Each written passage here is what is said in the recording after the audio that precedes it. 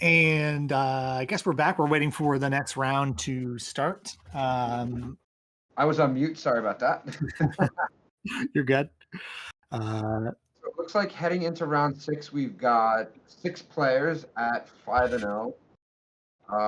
Then a lion's share at 4-1.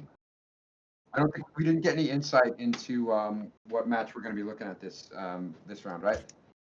no, nothing I know, but there's only so many. Yep. My assumption is it will be 2 of the 5-0s. We've got Michael O'Malley. Mm-hmm. No, Andy is not 5-0. We've got Michael O'Malley, Hans Jacob Godek, Kiet Nyo, Camden Drash, Brian Pallas, and Lee Webb. Yeah, so we've seen a few of them already, and like you said, looking lots of names at the 4-0 table. So what haven't we seen yet today? We haven't seen any bazaars. I know you're you're not a bazaar fan, but it's a big part of the format. We haven't seen any of those yet. One could say bazaar is not near and dear to my heart. And we technically saw a workshop deck, but it's not. We saw the Jewel Shops deck initially. Yeah, but that's definitely not a traditional workshop deck. I don't think we've seen a Tinkercast on camera yet today. It's true, we haven't. I'm not even sure if those decks have Tinker in them. I mean, Nyx must have with the blue cards and artifacts, but the Jewel Shops deck definitely has Tinker in it. I'm just saying we haven't seen it cast. Yeah, it hasn't been cast or drawn. Well, not that we've seen anyway.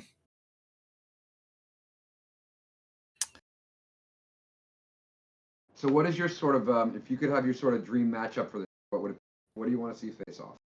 What do I want to see face off? I mean, I don't know. It'd be nice to see bazaars just to like watch you get frustrated about it. But that will certainly happen. That's fair. I'm glad you will take such joy in my misery. It's true. And the bazaar deck will have like the perfect hand of bazaar, discard. There's a wide 2 hollow ones, and then have Force of Will and Mindbreak Trap backup. I am curious to see the newest version of the Hogak Bazaar deck in action. I feel like that deck has gotten a lot of upgrades, a little bit different than Dredge, a little bit different than the Squeeze you see around. That version with the Deathrite Shamans and stuff? Yeah, I don't know if they all have it, but I think some definitely do. That's definitely one of the interesting things about Bazaar as the years have gone on. It is very, very far from a one-trick pony, and just having 8 graveyard hate cards in your sideboard is not an answer. You will not win those. Yeah, and it's not even necessarily like different Bazaar decks are good against different hate cards. So you might be totally prepared for Dredge and then lose to 2 hollow ones on the first turn, and you have 3 Leyline and Void in play. And like, all right, I'm an idiot. Exactly, it's brutal. That's definitely one of those feel bad times in Magic when you have all your Bazaar hate, and they have a card. You have the wrong hate for Bazaar, and they get you with it. Mm-hmm. Mm-hmm. Mm-hmm. Now, I've always been a huge fan of you guys shifting to really Pithing Needle effects and Tabernacle because they're sort of as universal as they can get. Yeah, well, the Hogak decks, we were talking a little bit earlier about how expensive Gaia's Cradle is. The Hogak decks will sometimes run, well, the other decks too, will run a bunch of Gaia's Cradles, main deck, more as an answer to enemy Tabernacles than, that's like the biggest use of the card. And it can be pretty effective because Tabernacle is so good against the deck normally. They can pump Root Walls. That's it. Maybe cast a Force of Vigor. Games can go different ways, so they can be useful and do surprising things. Get a bunch of random 1/1s in play, and then tap a Cradle to play to hard cast Vengevines or Hogaks. But yeah, exactly. I mean, there's a lot. It gets like sneaky annoying the amount of times where, and I've been on the other side of it, where just their ability to pump the root wall off of the dumb guy's cradle is just, I can't beat this. Yeah, that's up. They get enough life pressure. They come out of the gate so fast that extra 2 damage can Over a be couple make a of big turns, difference. that makes the difference. That's all you need. It's going to cut 1 or 2 turns off the clock. Yeah. See a lot of games where, because of the way those root walls work, right? They're free when you have several out. You only have enough mana to pump one of them, but it still means they can't block you, right? It still means you have no favorable When you want, messes with combat. Later. Yeah. So while we're waiting for it to get set up, what's your take on the newest Planeswalker to hit, Minsk and Boo? I am gonna have to look that up. So Minsk and Boo is a Planeswalker. You cast it for a red, a green, and 2 colorless. It comes in with 3 loyalty. When it comes into play or at the beginning of your first main phase, I believe, you can create a 1/1 legendary Boo token that has haste and trample. For +1 loyalty, you can put 3 +1/+1 counters on a creature with trample or haste. The giant hand. You can sacrifice a creature to deal damage to anything you want with power. And if it sacrificed creature was a hamster, you get to draw cards equal to. I love the text, right? Any card that say if the sacrifice creature was a hamster, draw X cards. That's a great text box there. I hope I'm not misquoting that. No, I'm looking it up right now. That's exactly it. Yeah. 4 is just so Planeswalkers at 4 is just so crowded in the format. You have so many options. It's tough to compete with them. Well, not even just that. It comes into play, and you basically have a 4/4 trample haste. Next turn, it's a 7/7, or the guy's drawing 4 cards. It does feel like it would be very satisfying to beat someone with an incredibly large hamster. I can't argue with that. You haven't seen it. It's definitely made its impact felt in Legacy. Mm-hmm. Not so much in Vintage, but it's around in kind of like the Super Friends Deathrite decks that you see every now and then. Like 4 or 5 color good stuff. Yeah, the good stuff Planeswalker decks. All right, so in this next round, we've got Cameron Drash at 5-0 versus Lee Webb of the same record. Still getting clarity on the deck list. Players are playing, but players are drawing. They're open. See a buff. Discover along with them. A Cavern of Souls for Cameron, but he's going to take a mulligan.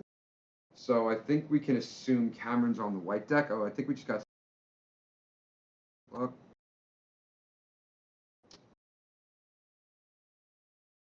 no deck list this round. This one. They were submitted in paper, so we do not have deck list. But I definitely did see a Cavern of Souls from Camden. Yeah, and Lee has a bunch of those mono white cards. Now I can't be sure. New mono white deck. It could be white Eldrazi. I love those cards too. Caracas Lotus. I can't make it out, but looks like a white aggro deck. I see a Caracas, Black Lotus, Ancient Tomb. I think that land right on the side. Stoneforge Mystic, maybe. Couldn't tell. I saw it for a second. I see blue cards for Camden. Tundra Mox.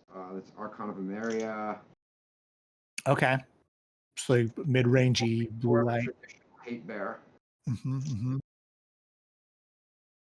All right, and then let's see the Undercity in action here. We've got Black Lotus into Third Plume Adventurer, and this is about as effective as it could possibly be. So let's see what it does for me. It searches library for a basic right now. Yeah, on turn, it's an accelerant on turn 1. Draw a card, man. Draw a card. Powerful play magic.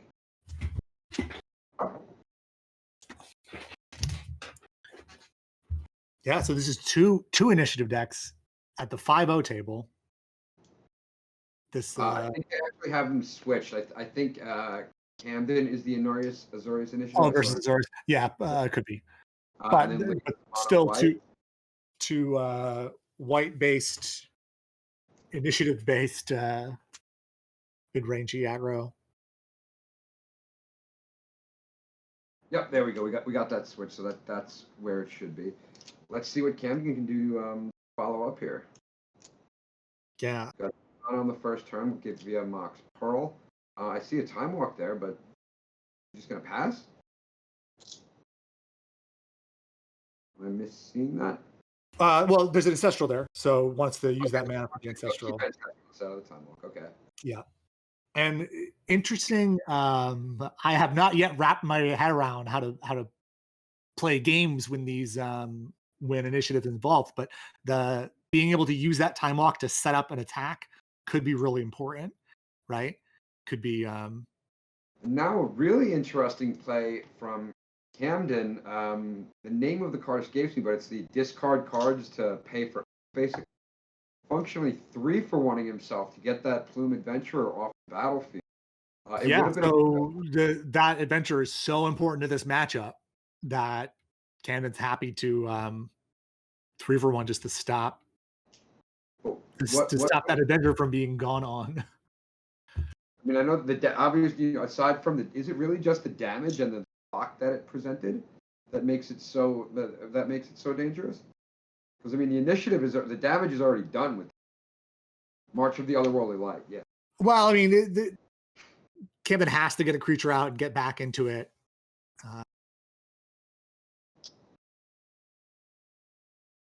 And now we see an adventurer from Camden swinging the table right back in his.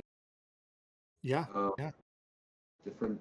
I think we're trying to figure out what ways, where both players are in the dungeon with the different dice colors. Yeah, it's going to be tough to follow that, but we do have that giant dungeon over there.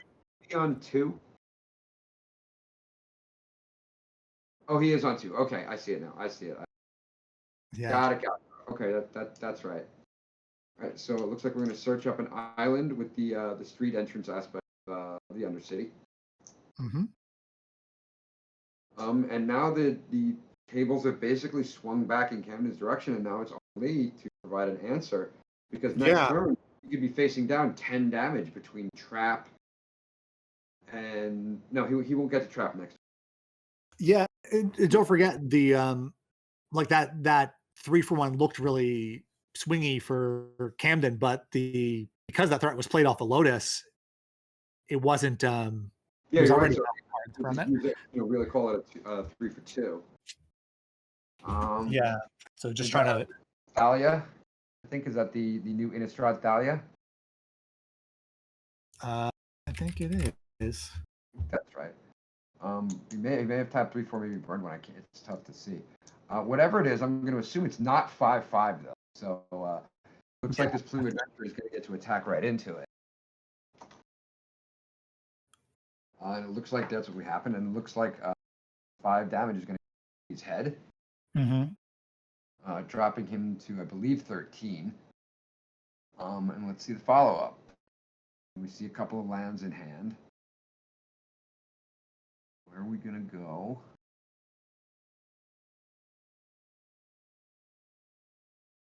There comes out looks to be the basic plains. I think he's got a little bit. And there's another March of the Otherworldly Light to exile that Dahlia. Just keeping that board advantage.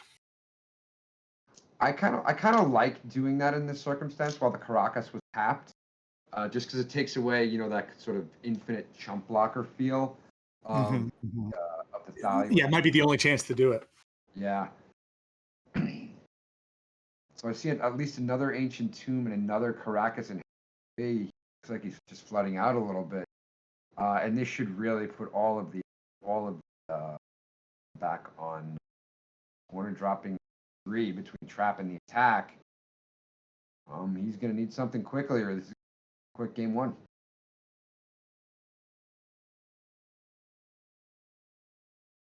Yeah, that extra large creature with a counter is so key to how this matchup's playing out. It makes me think that the early 3-for-1, just to keep those 2 extra +1/+1 counters from getting on these creature, might be worth it for that. Chicken. right, we'll see. My lunch order just got here. Excellent, excellent. I'm sure if I missed any very important game actions, apologies.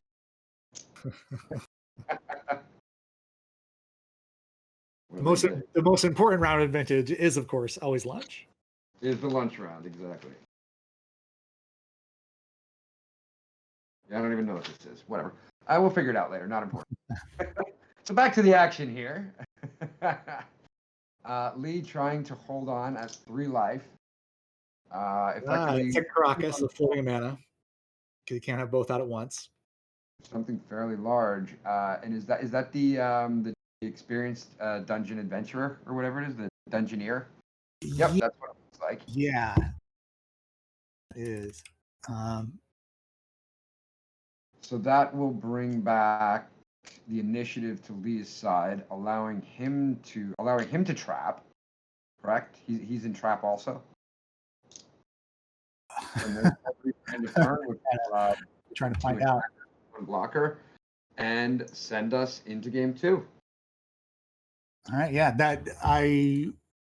it was such a great turn 1 for Lee. It's surprising how quickly it turned around. And funnily enough, you just speak to the tempo power of that March of Light. 3 for 1 / 3 for 2ing yourself really made all the. And I mean, and Camden did do that 3 for 1 3 2, but then had the ancestral as well, followed up by running the blue cards. Also do that, Lee can't. Yeah, no, it definitely gave him a lot of advantage in the game, and he was just able to work his way through the dungeon a little faster and get pressure on. Because I think the largest aspect of that Undercity just puts a huge clock on you. The creatures that come out are all decent sized bodies. These things are starting at 0-1 and moving forward, and then all of a sudden you're putting 2+2+2 counters on it, and then you're just doming the guy for 5. Yeah, they have to do something pretty fast, especially because the decks are so similar. It's tough to recover, right? Once you get that big edge, what's the opponent going to do to keep up? They don't have anything that you don't. They're going to Ancestral Recall and then unancestral recall to kill the creature. Yep. I don't think we have any sideboards here. But I mean, again, so just sort of in a vacuum, what are the cards you want to in against this? I guess it's just whatever removal you got, right? More marches. More swords, I expect whichever one you're not maxed out on. Yeah, I expect probably what they have is just your standard aggro, mirror, or creature removal stuff, right? There are maybe some. I love in a matchup like this being able to bring in like bigger threats, but it's really specialized. Like big creatures that are good in creature mirrors, but you don't necessarily want to have your cyberspace dedicated to that. Yeah, I agree. The one really interesting thing that is often forgotten about Light is that it can also hit Urza Saga. Sure. Which card? The March of the Otherworldly Light, the white X spell. Okay. Because it doesn't exile target creature, enchantment, or artifact. So while it can't hit planeswalkers, which is one of the bigger knocks on the card, it can hit enchantments, and Urza Saga is an enchantment, and it is notably missing the clause non-land. Non-land, yeah. So you can kind of Dryad Arbor, Urza Saga, beware. Yeah, that's a solid reason to run the card. But yeah, I played with that card a little bit over last summer when Urza Saga was really picking up, and I just 3 in the main and 1 on the board. I'm like, Urza Saga's wherever. I'm just like, give me 4 of these things. It just gave you such an edge against Urza Saga decks, because you even do it in response to that initial trigger because it's instant. So they don't even get the opportunity to tap it for a colorless before away. And just because of the nature of vintage, most permanents are pretty inexpensive anyway. So being able you're going to be able to pick off a lot of permanents. Yeah, makes it really flexible. And then you can, if you have a couple of extra mana, or if you have your Ancient Tomb, it becomes very effective. It's really like one of those cards that's just feel it's a very nice role player for this style of deck. So it's nice to have a couple of those to, you know, you're finishing off your sideboard and is there a card that I can bring against aggro and oath and combo? You know. Yes, there is. All right, so we got another Tremor Lotus. Little less powerful this time, just going straight into Thalia. Oh, wait a minute. I stand corrected. And there's the adventurers start putting him right into the dungeon with the Thalia to protect against a Force of Will. Yeah, or that the removal spell from before. We were just talking about the March is not gonna save Camden the way it did. Well, it actually can, because I believe if you have enough cards, it'll be fine. Okay, but Lee will still have the Thalia. We'll still be ahead on board. That is very, very true. Yeah, very impressive first turn from Lee Webb off the sheer power of Black Lotus, putting a Thalia and a White Plume Adventurer, and now searching up a basic plans from his library out of the street entrance of the Undercity, the first step into. Sometimes I feel like Lotus is even more powerful in these decks than it is in a combo deck where the whole deck is built to generate 6 mana. In a fair deck, it's like 4 time walks. It's like these cards are not supposed to be in play on turn 1. There's a strip mine into a Mox, I see a Mana Crypt there. Yeah, so Thalia really slowing down that start. This is going to be looks to be a very painful turn for Camden Drash, as we're going to in all likelihood 2/2/1/1 counters on a creature. Which creature do you like putting these counters on? Maybe Thalia just to keep it on the first strike. Yeah, I'm inclined to agree. I think because that 4/3 first strike can kill a lot of the other creatures that you expect on the other side of the table, as opposed to just trading with it. And it looks like Lee Webb agrees with us. But there are good arguments to go the other way as well. Yeah. Because now a removal spell is extra good against Thalia now. So now we've got 20 quickly dropping to 13 with a Mana Crypt and an impending trap coming next turn. So it could be a very fast. Yeah, if Camden gets unlucky on some flips, could be over before it started. Oh, nope. It looks like it goes evens, dropping to 10. And now he is dead on board. He needs to get some permanence in play to hopefully just stem the bleeding a little bit. You know, he's at a functional 5, assuming he doesn't have any haste creatures.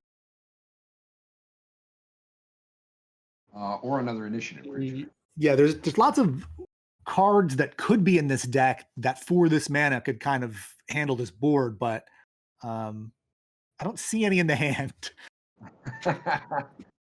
So what are the cards on your hit list that if you could ring a Maroo for, what are you getting? Well, I mean, really just having a big creature at this point will buy a lot of time. But enough with only one source of colored mana. And that mana crypt. Here comes our first option. The experienced Dungeoneer comes in, which will seize the initiative, but largely be I forget, is that card a 3/3 or a 3/4? Remember? This is White Plume or the other one? This is the other one, right? Oh, that's the other one. Yeah, the experienced Dungeoneer. It's a 3/4. We just brought that up. So it will keep the White Plume Adventure at 3/3 at bay, but Thalia will still be. And theoretically seize back the initiative and put Camden into the trap, dealing him another 5, put a functional 1.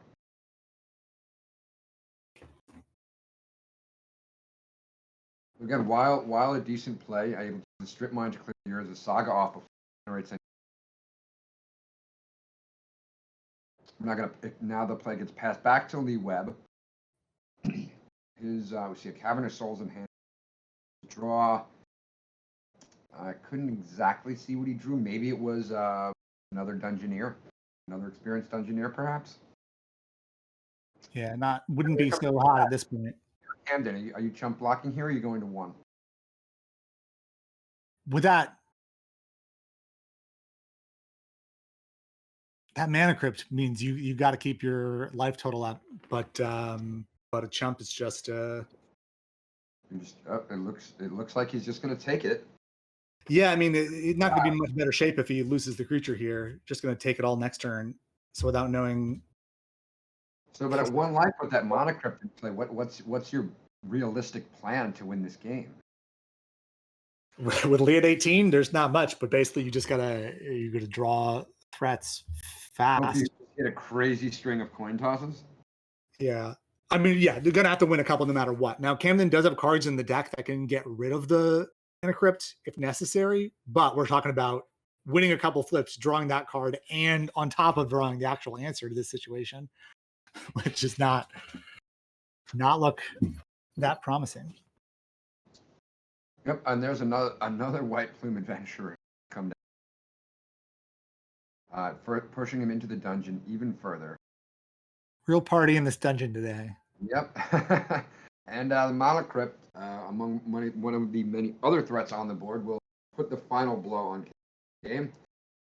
Yeah, so Lee took it there with a little slightly more consistent and aggressive mono white build. We that's one of our back matches. Andy, looks like you're going to get your way. We've got staple Andrew Markton with your desired Bazaar Hogak deck. Not exactly sure what it looks to be. Vengevine, Yeah, so I see a collector roof in the graveyard there. So we can learn a lot from just that. We know that the deck is trying to hit 2 mana. Not all these decks do try to hit 2 mana. Very, very true. We see now a Once Upon a Time from Andy, and it looks like he's playing against. Yeah, so the other deck, I see bug cards. I see. No, I see a Doomsday possibly. I don't think it's bug.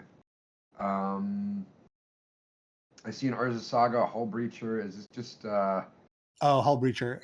So probably similar to the deck we saw earlier. Some kind of Tinker Saga deck, I think. So Breach probably is the biggest of those. But there's a lot of ways to build it, so we could see something else. Yeah, so the Hull Breacher here, very interesting. Now, one of the, again, always interesting dynamics about this is dredging with the Bazaar. You can get around effects like Hull Breacher. But if you're shooting to use the Madness cards and yeah, there's a lot of ins and outs going on right now. But I don't know that Andy's deck has a lot of dredgers in it, or that the Hogak. Yeah, I don't believe it has any, actually. Yeah. Now, sometimes you just want to tap it to discard 3 cards. It's still actually worth it to use it for that. But and give your opponent 2 treasures. I mean, you don't want to do that, but it can be necessary. But obviously, that's not the way that this game is playing out, and he doesn't need that. Yeah, it looks like Andy's certainly in a tough spot here. Yeah, I mean, honestly, just there being 5 lands on Peter's side of the board is a bad spot when you're the Hogak player. You don't want the game to go that long. Yeah, the game has gone longer than you want it to. Ooh, and it looks like Andy did tap the what you had suggested, tapping the Bazaar basically just to draw 3, to discard 3. I mean, it is what he wants to do. 2 of them are Root Wallers, one of them Vengevine. And via those Root Wallers, the Vengevine should come back, yes? Yeah, it should. It still does all the work it was going to do. It just doesn't have that 2 extra cards. Yeah, so he'll get 2 treasures. And I guess he just tapped it for the Saga for a colorless as a before searching? Probably, yeah. Yeah, it looks that way. There's a divining top out, right? So you can just filter that mana in there if there's nothing else to do with it. Yeah, fetching a Monovolt key. See what he's gonna do. I would think making that token or he could just have time. Just has the Or vault. that. They'll do it. All right, that's gonna wrap it up for round 5. Again, not exactly sure how many matches left, but we are going to.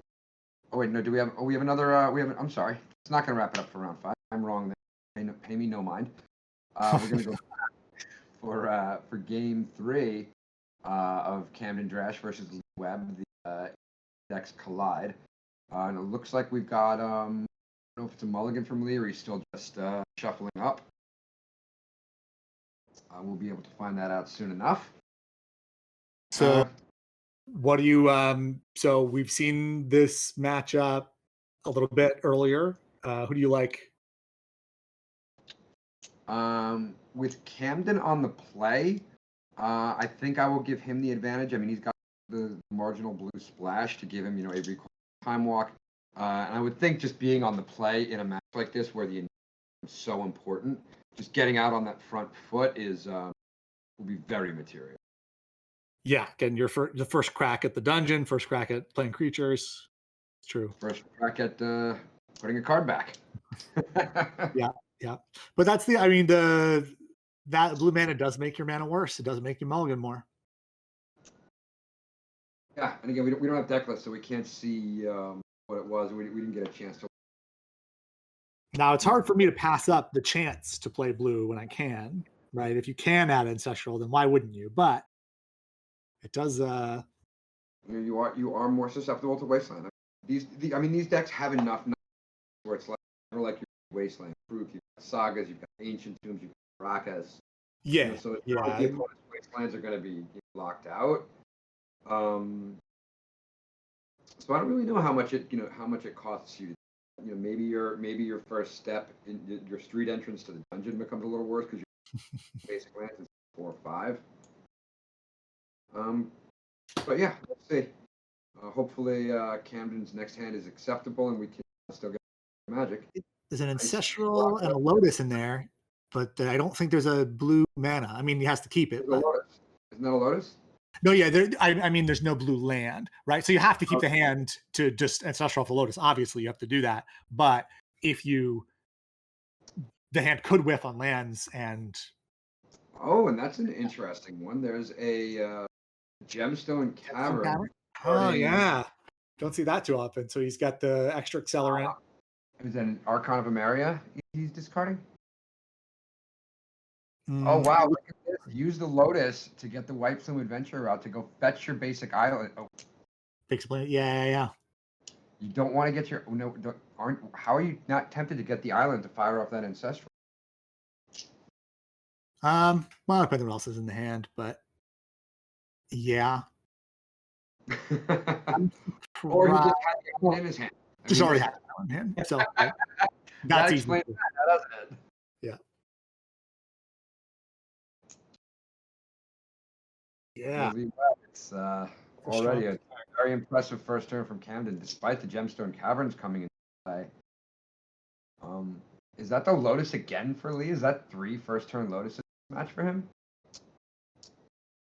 Yeah, though it's not as exciting this game. You're on the draw and you're down 2 cards from the gemstones, and your opponent already played out their creature and the.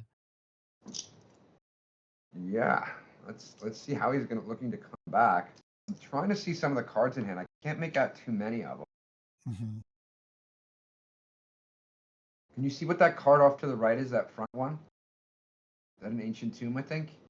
Yep, there's the Lotus. I did see a tomb in the hand. Lotus is all over this match.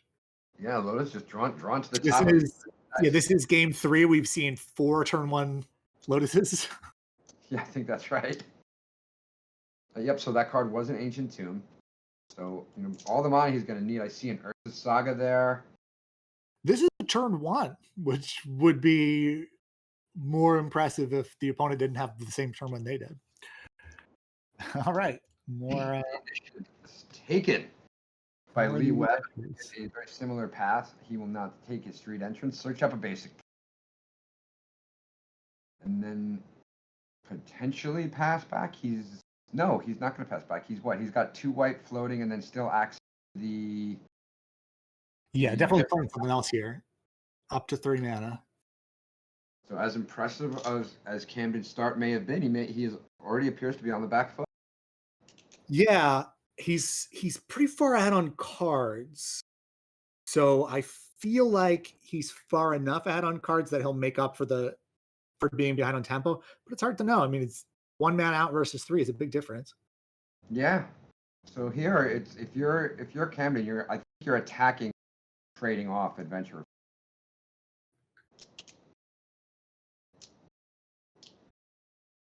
It's got that Caracas. Does that make sense to you? Trade, you attack with the adventure, just trade them off. Yeah, I think that seems reasonable here. Yeah, I think that's both players are kind of locked in. See a pretty land heavy hand here. Yeah, it's on cards, but a lot of them aren't doing much. Part of the otherworldly light.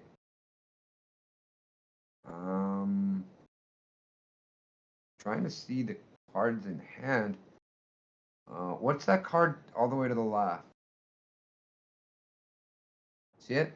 Yeah, Not the otherworldly light. it's like an artifact. I can't tell. Artifact or card. I'm sure we'll see as the game.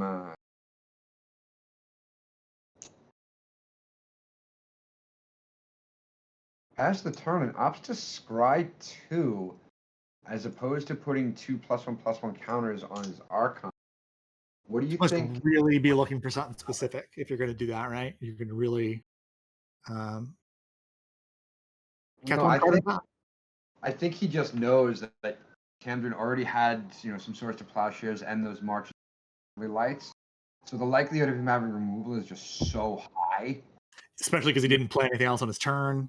Exactly, and he wanted to get some value out of movement dungeon. Smart. Because if he chose the counters, he would have fizzled it. Yeah.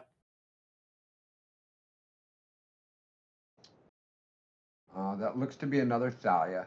Now, the thing about going towards the right side of the dungeon is that you are basically prohibited from trapping your opponent and doming for 5. Mm-hmm. Given you've got your other options are create a treasure or go creature. I don't think either of which are as powerful. Depending on his mana needs, which don't seem to. Oh, I stand corrected. I guess he'll create a treasure token and then create a skeleton next turn. Just going to bring in the beats instead of wanting to draw that card off of archive.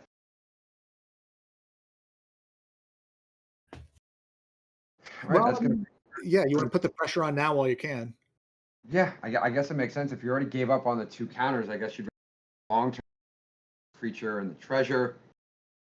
Now we're going to see a strip mine. Oh, looks like we've got a judge call. We'll try and get to the bottom of it as soon as we can. Andy, did you see anything that would we'd need a judge for? No. I'm not doing anything too tricky right now. There's the end inside. There's no legends. Oh, the folly is right there. Yeah. Could be a timing question about the Caracas, but doesn't seem like it. Yeah, maybe. It's Dungeons involved. It has something to do with the Undercity, it looks. I'm sure our boots on the ground will get us some insight as soon as it's available. They'll sort it out.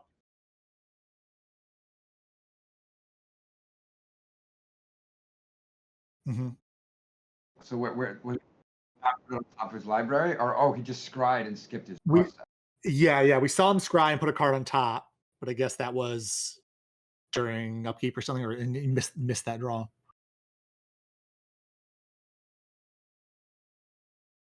I think they're just looking through, and my guess is at this point they're trying to figure out if they can rewind the game without altering.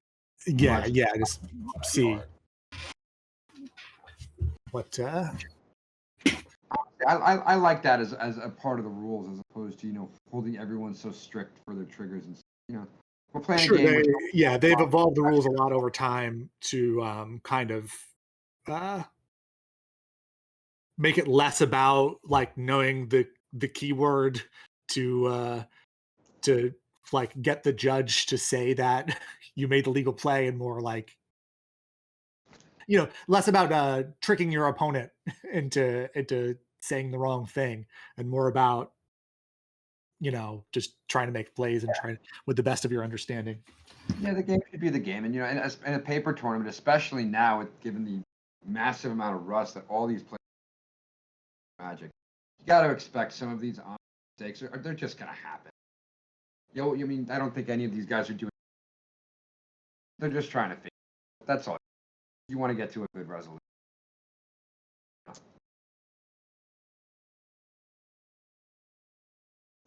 But a couple of things did happen since that scry, so I guess they had to figure out what.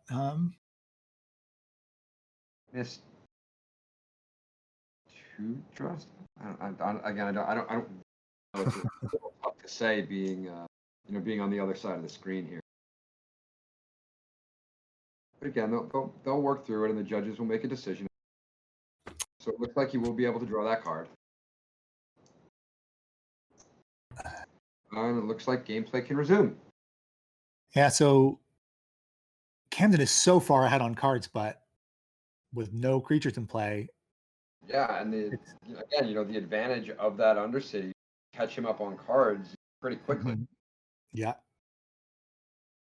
That treasure token could let him cast another Saga. And then that 4/1 creature with Menace certainly is the equivalent of a card. So if he can keep the initiative, he will work his way through that dungeon quickly. And that strip mine is going to put him a little further ahead on tempo and make his Caracas a lot of play again. So yeah, while Camden definitely has drawn more cards, I kind of feel like Leah's a little ahead here. What do you think? Yeah, no, I agree. There's nothing. Camden hasn't drawn anything yet. And a sort of plowshares. It's going to buy him time. Yeah, he's going to stay in it for a while. It's certainly enough time for us to see if either of them have any, big haymakers. But yeah, right now they're just kind of picking each other off. That the Swords is great for buying time, but when Lee's getting an extra 4/1, has that Urza Saga token up, those 1-for-1s aren't gonna. Not going to do it. This is where you really want to hard cast that. Get that body to theoretically trade with something while exiling it.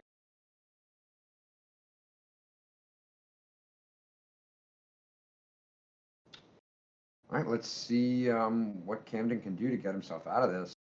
And the really interesting thing is if Lee keeps the initiative for one more turn, he gets, the ultimate of that dungeon, for lack of a better term, which, let me just bring it up. Throne of the Dead 3. Reveal the top 10 cards of your library. Put a creature card from among them onto the battlefield. 3+1/+1 counters on it. Gains hexproof until your next turn. So that's that's something probably very threatening is gonna come out of there. That's a Planeswalker ultimate there. Well, I mean, it does have the possibility of sort of whiffing, right? Like it does. It just gets one creature. But don't forget, most of the creatures that we're seeing here have some come into play ability. You get that, and the creature is well larger. And if, assuming it's one of your initiative creatures, you get to go jump back to the top of the dungeon again and go get a land. Yeah, start the process all over. And then you will, because you have completed a dungeon, your Dungeoneers and your Adventurers both power up. Yeah. So again, it looks to be a very strong position for Webb, having to plow one of those tokens, which was a 4/4. Looks like Mox Opal was the searched up artifact from the saga. I guess that Mox Opal makes sense. Or Pearl? Yeah, Pearl. I'm sorry. Excuse me. It looks the same. why I love Yeah, you, I man. mean, he just wants extra, extra man, extra guys. There's no broken hate cards to get at this point. It's just value. Yeah.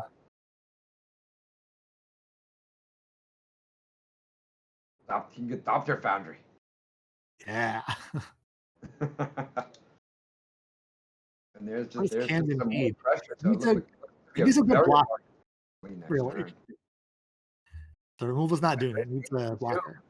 That's gonna let him hard cast that solitude. It's gonna be enough. It's gonna buy time. Yeah, it definitely will. You're looking at a board of what? That's a 3/3 token. Yeah, a 3/3 token, 2/1 first striking Thalia, and now reaching the throne of the dead 3. It's tough for me to see it. There's a solitude. Well, I mean, yeah, the Solitude's not as exciting this time, but Um, I am unfamiliar with that card. Bring it up. I don't know the artwork or the card. Must be a new yeah, card. try and find that. I don't know. Does Is anybody that a in chat know chroma? what that is? No, no, it's not that. Archon, which is a pro white 3/2. Oh, Archon of Absolution. Here we go. Oh yeah, I'm seeing that right now. Yep. Mana for 3/2 pro white. Creatures Creatures can't can't attack. attack you or planeswalker you control unless they pay 1. Okay, so What? in this particular situation, it's just a big flyer, but that's all he needs. No, but it also has protection from white against the mono white deck. True, yes. I guess if We haven't seen any non-white removal, have we? Like he could be running it, but we haven't seen any. yeah, when you've got Swords to Plowshares, Solitude, and March of the Other World Light and Prismatic End, I don't know if Dismember is going to really make. But if you thought this is actually a great meta call, you thought this white deck was going to be all over the place.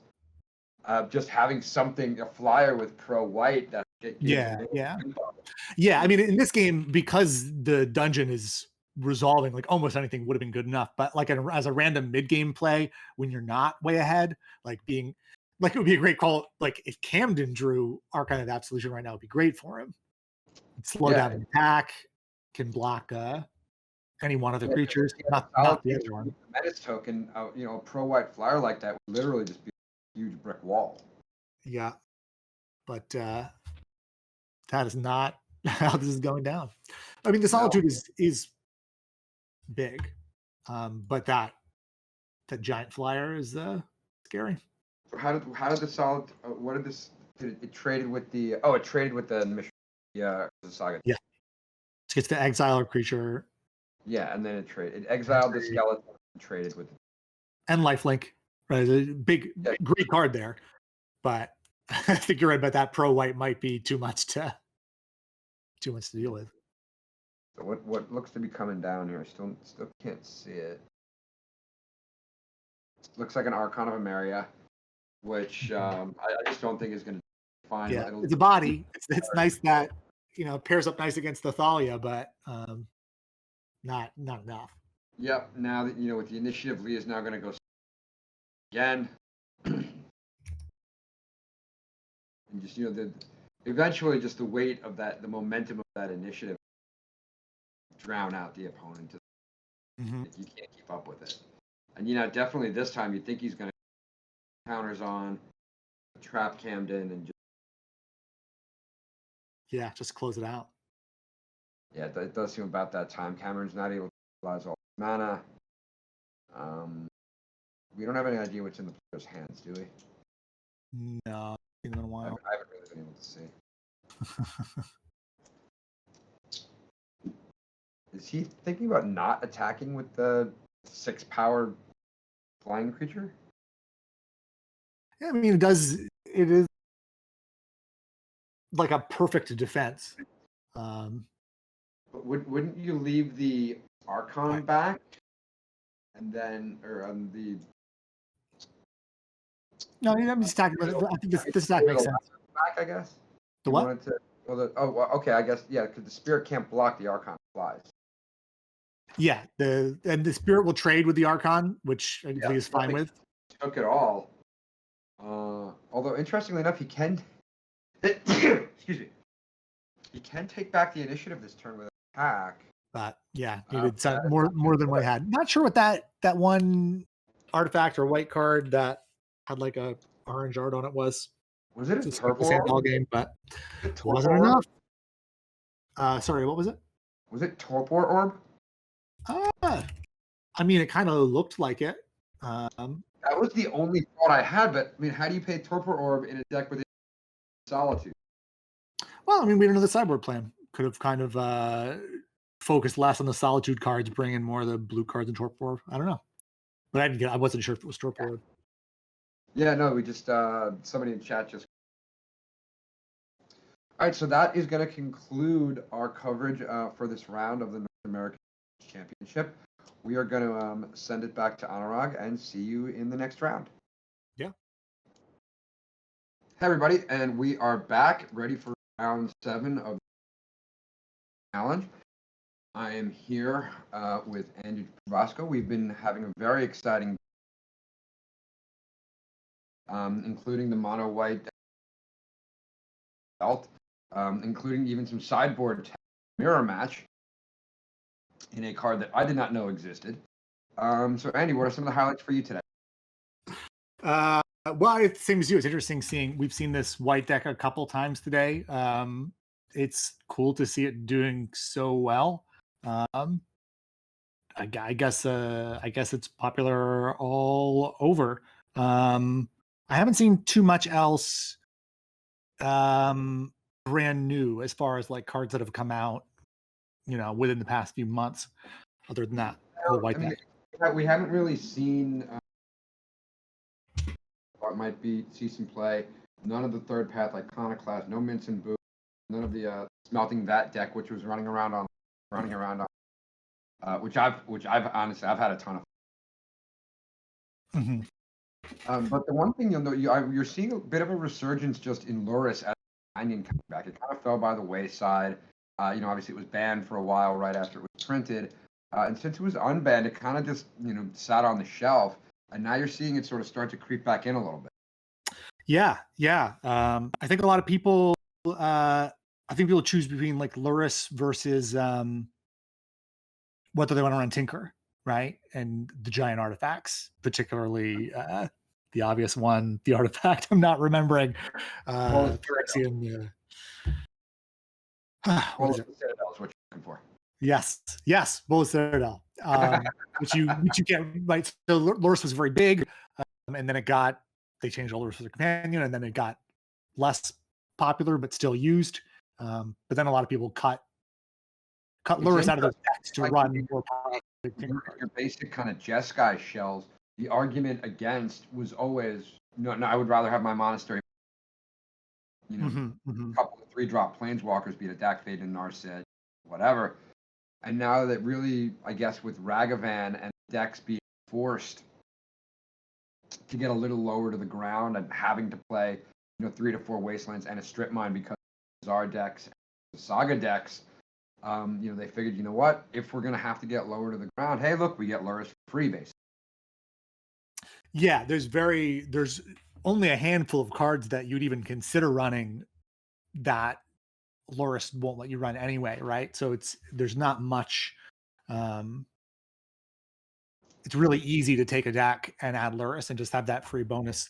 Yeah, you're not really losing much, especially now with Ragavan. But you do lose the big giant Tinker plays. So it looks like we're seeing Camden Dresch back in the feature area with Zorius Initiative deck versus known vintage streamer Justin Gennari, actually won with his shocking to no one paradoxical outcome deck. I would expect his deck to be very much more chops, have the Saga, just here I am, I'm coming to get you. Can you stop me? Yeah, I know now. I don't know for sure what Justin's list is, but I know that he was playing a Saga free outcome list. So even though Saga is very good in outcome, he likes to play as streamlined as possible, right? It's the combo, that's the number one thing. A lot of the times he plays online, which he will stream. It's without Urza Saga. Mm-hmm. Mm-hmm. Yeah, so probably a little less resilient against some cards, but more raw We've got power. Your mana's better. big truck he likes to play. Yeah. It looks like Justin on a mulligan down to 6. He's just going to have Flooded Strand, passes the turn to Camden. Let's see if he can parallel the fireworks of last round. I think will be difficult, but let's see. Can we see the fifth Lotus in 3 games for the initiative decks? So we've got Cavern Mox. I believe the 2/2 drops they play. He plays are Thalia and Spirit of the Labyrinth. Yeah, either of which are pretty good here. And there's a Thalia. There you go. Yeah. So yeah, turn 1 Thalia off. That's the hand you want out of a 8 berry deck.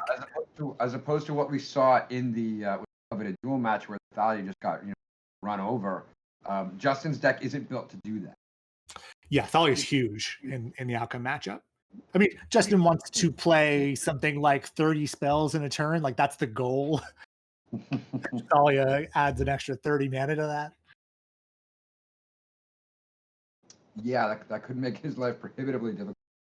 And now we see the experienced Dungeoneer coming in to really increase the clock.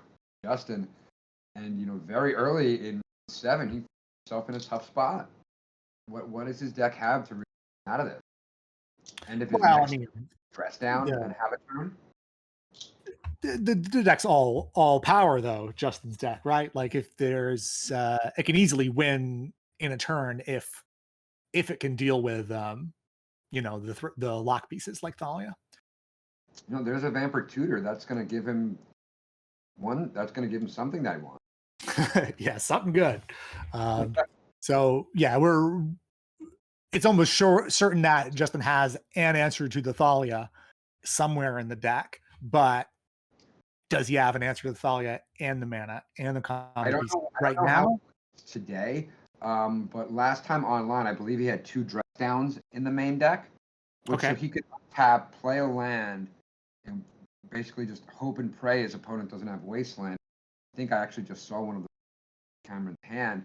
End of turn, dress down, untap, and win the game. He's open to Wasteland, but I think that maybe his line. Yeah. I mean, you can't play around everything, right? And Cameron's already played out 3 lands, or 2 lands. Or not. Is it did he main deck about or demonic tutor? Setting up, yeah. So I mean, Justin's going to do a lot in 1 turn, right? So setting up ahead of time. Down in the back of the library. Just thinking through how much he's going to take. Next turn, he'll take 2, 4, 6. It looks like, assuming there's not another initiative creature to push him into trap. Just counting how many turns. Can he afford? Does he have to go for it now?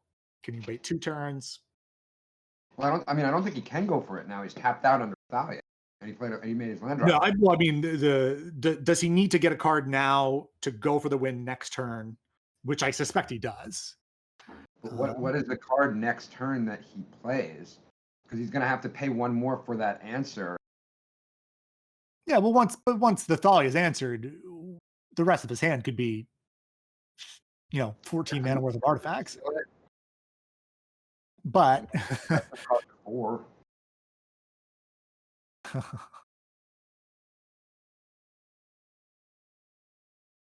You have to think, these initiative decks, not where PO wants to be. They have the hate cards, but they don't have counters, right? So it's just a different set of things for Justin to worry about. Excuse me. Yeah, that's a lot of damage for this point in the game. So just basically just got this one turn window. I mean, that's dead on board. Lotus. But we do know that Justin has. And I think that's going to be enough for him to scoop it up. Yeah, you could saw dress down was. Maybe it would have been on his main phase, dress down, Lotus, go nuts. Yeah, I mean, there's so many ways. The deck has so much fast artifact mana that You can A bowl explode out it of up. nowhere, but He doesn't have the life to pay. yeah, you got to have that extra life. Moving into our backup match, we've got Sue Stummers on Mono White Initiative and Hans Jacob Godek, who we've seen Sky Control deck. And Mhm. that's a Trinisphere on the side of the Mono White Initiative. Yeah, we haven't seen the Trinisphere out yet, but I guess it No, makes I sense. have Yeah, with all the Trinisphere not usually a card you associate with hate bears. This is a larger flavor of the deck. It does bigger mana curve and bigger mana base to support it. So I guess the Trinisphere, I never really thought it through, but I guess the Trinisphere.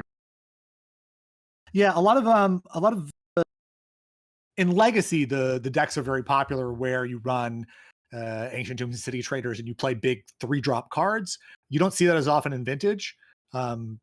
Usually, Yeah, the Bears decks are one. based on 1-drops and 2-drops, but this deck is obviously built to take advantage of that. So Transfer makes more sense in it than it usually makes. Yeah, that seems reasonable to me. I'm with you. And it looks like Sue Stummer's in a very good position here in one. It appears we're putting our 2/2/2 counters on a creature as taking our second step into the dungeon. Looks to be an attack. Mm-hmm. But with Hans on a more traditional control deck, it's not. It's totally possible he's got a couple removal spells.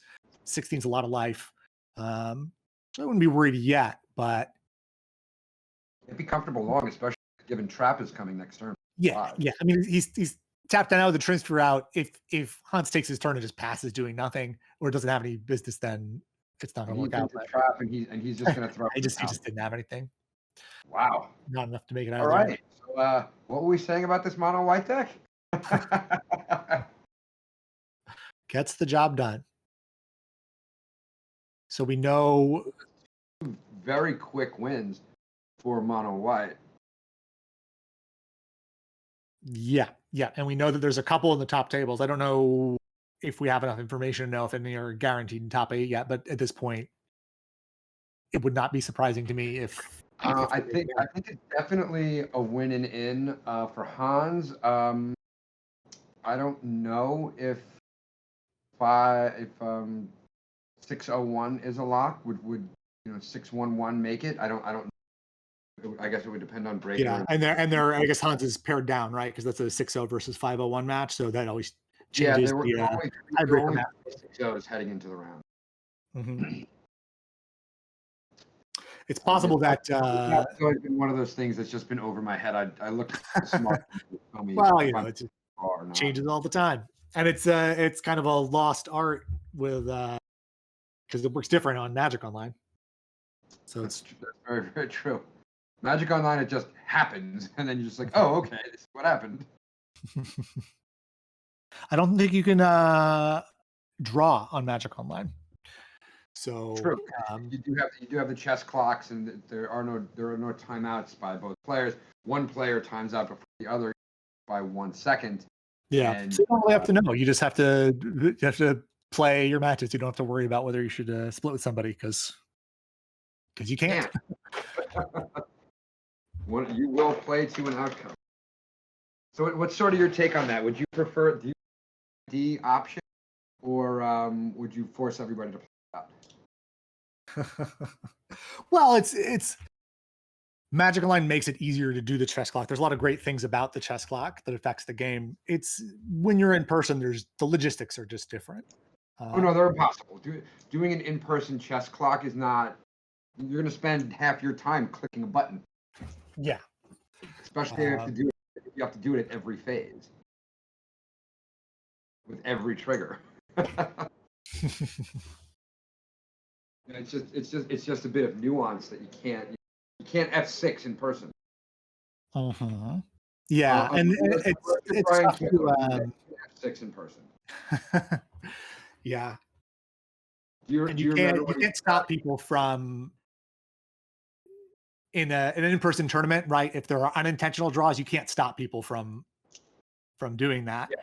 So you need to have a system in place that is fair for everyone. I totally understand it. Do you remember that Grand Prix when I think it was a Grand Prix or maybe it was a Pro Tour or something? He did that. Who are we talking about? I don't Brian, remember. Just that it when he did what? That it went to time? no, he did. He F6'd on camera. He was playing some like creature deck, and he was playing against the eggs deck in Modern before it got banned. And his opponent was just going off, and Brian just looked up at the camera and wrote on a piece of scrap paper 6. Oh. Yeah, makes sense. Makes sense. It was very, very funny. I hope I'm remembering the story right, but it was very, very because he knew he was toast, so he was just having some. Yeah, well, what can you do? The F6 is useful for that. Right. So just not the basic and ancestral. Great opening when your opponent has the wasteland, but He chose to do it on his main phase and discard a paradoxical outcome. well, okay. So we talked about this earlier, right, with a different deck, but because outcome is so aggressive, the main phase and ancestral makes a little more sense because you could draw 3 artifacts and win right there, He right? seems With to a be a hard control deck, zero. you want to be a little more conservative and not discard that card. But No, he it'll be wants to get Moxes in play before Athalia's out. a lot of basic lands. Definitely 2 islands. Mhm. That's got to make him feel good at the moment. Yeah. Those are APAC islands. I think those are usually ones I play with too. We were talking about those lands earlier. Does he have the Tinker? Nope. Going into Time Walk. So just building up a solid mana base. There's that March of the Otherworldly Light to take out the Soul Ring. It can't be what Justin wanted to see. Yeah, though with the 2 yeah, definitely doesn't want to lose it, but he's not like totally ruined on mana. I don't know if there's another side of that one today. Justin untapping into his Time Walk. This has to do with a very basic ponder. I see a Mox Sapphire. Did you catch the other 2? I didn't see him. No, I didn't see him. All right, so we'll see how he makes his choice among those cards. I guess Mox Sapphire's got to keep those. Got to eventually get to sort of critical mass. And artifact blue sources are usually do that. Not under a ton of pressure yet, but does have that wasteland looming. A full hand for Camden. I mean, Camden mulliganed and he did use his March already. But beyond that, he's still fully loaded. Demonic. Tutor's going to resolve. Are there totally any free, right? There's nothing. Camden's on mono white. It doesn't have any counters tapped out. So Justin's I was about to say I don't think there's any. Are there any interactions both? Does he run a days forces or anything? He has. I know he's the Azorius. And obviously it's not live now because he's wasteland. Do we know if there's days? I mean I haven't seen any. I don't think so. Days would be pretty tough in this deck with all the non-basics. Yeah, all the soul lands and everything. There are islands, so it could run it, but yeah, no, he's got a couple of tundras and at least one basic island. We've seen it. But I don't know. Yeah, I mean probably not days, but I don't want to speak out of turn. Yeah, it could in theory be running all sorts of counters, but I haven't seen enough blue count to suggest that there's forces. Now, if you're Camden and you're looking to play a 3-drop this turn, are you going to wasteland, or are you going to just run out your 3-drop and use your wasteland as an action? It depends. I mean, like I would be happy to play like a Thalia in Wasteland here. I would love that. Yeah, that would be that's your ideal. And there's a cavern, and I think you hit the nail on the head, Andy. There's thought, yeah. Yeah, there you go. If it wasn't a Thalia, then maybe a 3-drop would be a better threat. But Justin's still at 19, still has a very reasonable amount of time. Comes out with a Mox into a Lotus. Could tinker here. mm-hmm. But I mean, you would assume he brought in the Sphinx. While obviously very, very powerful, basically almost all white removal can or another get to the Sphinx. Yeah. Well, we don't know what Justin's tinker targets are, but we do know only a Bolus of Citadel in the main deck, and then a Sphinx in the board. Again, I don't know what choice he made today. There is a Mana Crypt. And there is the Reclamation Stage white creature. And Justin is dead. Yeah. Well, okay. So if Justin demonicked for that Lotus, then he's probably in bad shape right now. But we know he demonicked for something that may not have been cast yet. True. I mean, this was run through a Caverner Soul, so Force of Will, not a thing. Mm-hmm. Oh, he could dress down, but that'll cost him his Lotus anyway. Yeah. I don't know if this is where you want to burn it. That's gotta be frustrating. Okay, so I guess if we're gonna Vampiric Tutor here, we get our draw next turn. Then maybe build out your mana a little bit more. Pass. Camden will do what he does on his following turn. End of Camden's turn, dress down, untap. With Well, what is that? Okay, so what is the creature to the right of the Thalia? It's the Reclamation Sage creature. When it comes into 1 white and 2 colorless. When it comes into play, destroy target artifact or enchantment, and you can tap it to have both players draw. Okay, sure, yeah. I mean, Justin might be going for the Tinker now, right? Is that you don't really need to answer the dress down? Again, depending on what you're going to tinker for, which again, we don't have perfect information.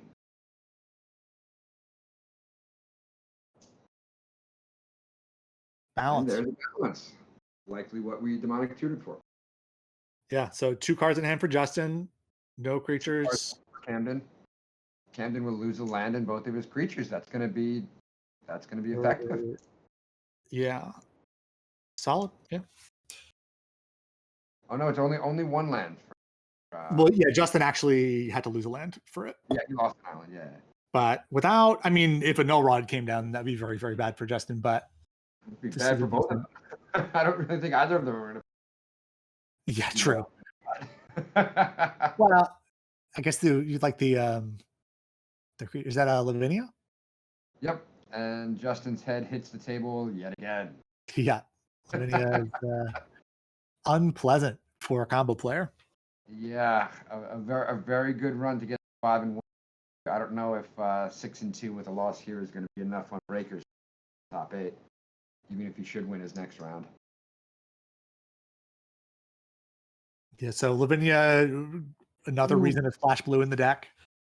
Into a strip mine. Strip mine on the basic. Oh, Up to recover from. We appreciate it. A good amount of time though. It still has like 6 or 7 turns before. Oh God. Oh, is that a Kataki? I believe the expression is, and the hits just keep on coming. I think is that the line? It is now. He'll cycle a dress down here, but that doesn't seem like enough. Well, we'll see. Could draw anything. I mean, I guess it starts with the Tolarian Academy. Academy would be good. Again, I don't know what it gets you. You can only cast 1 casting cost spells anyway because. Yeah, it needs. And just to add insult to injury, Camden is 3 and the kill and the dress down, or whatever removal spell. Yeah, and that's I think that's it. Oh, Camden finally lost a Monocrypt. Just needs to lose 6 more. In a turn and a half. Yeah. I feel like I've probably lost 6 mana crypts in a turn and a half in a vintage before, but not often. Yeah, I mean I know that feeling, so it's possible. We're not gonna count them out just yet. We're just gonna get it ready. And the looks on Justin's face just say it all. It's not not his match today. Yeah. All right, yeah. So that the initiative deck, seeing it all over, doing what it does. Yep. So we're gonna jump back to our backup match of Stu Summers versus Hans Jacob Goddick. Stu Summers at 5-0-1 with mono white initiative against Hans. with the Luris Jeskai control deck at perfect 6-0. Stu took down game 1 in very convincing fashion via initiative creatures Trinisphere. And now we are in game 2, where it appears Stu has again entered the dungeon. We're on, okay, that prismatic ending. So I guess we're on Hans's main phase here. What do we know what that creature is that's in play for Stu? I don't know that artwork. Looks like Oh, is it that looks the like full a token. Yeah, it's white plume. I think it's just a full frame version. Okay, yeah. So we see that getting +2/+2/+2 countering it to 5/5. A wasteland coming in. Do you like taking out the red or the white here? Well, we know that the oh no, it's a monocrypt. He doesn't even need to. Jeez. That's going to push him further into the dungeon. Is there any part of you that wants to go the Ragavan? Or he could just... wasn't enough. So much for making small talk about goading the Ragavan. That is going to put Stu Summers giving the white deck a clean sweep of the feature match area this race 7. Yeah, so probably 2 of them in the top 8. I mean, like you said, we haven't done the math. I don't know yet. I don't know if could 602 make it in cleanly? 602, sure. If Why he not? draws? Why not? It's it's 8 rounds, I think, right? But Yeah, 8 rounds. We have 1 more to go. But the player count isn't crazy high, so I don't think it's I think we are going to see, it's not going to be a clean cut, I don't think. But we'll Yeah, again, that stuff is just not, that's not my daily. So, I'll have. I mean, there's a lot of, it depends on who unintentionally draws and who intentionally draws. But I mean, we know one of them's making top 8, probably both. Yeah, I mean, it's going to be in there. It's last round standings. If Stu played Hans, so we'll head back to Anu. He can talk through some of the tournament.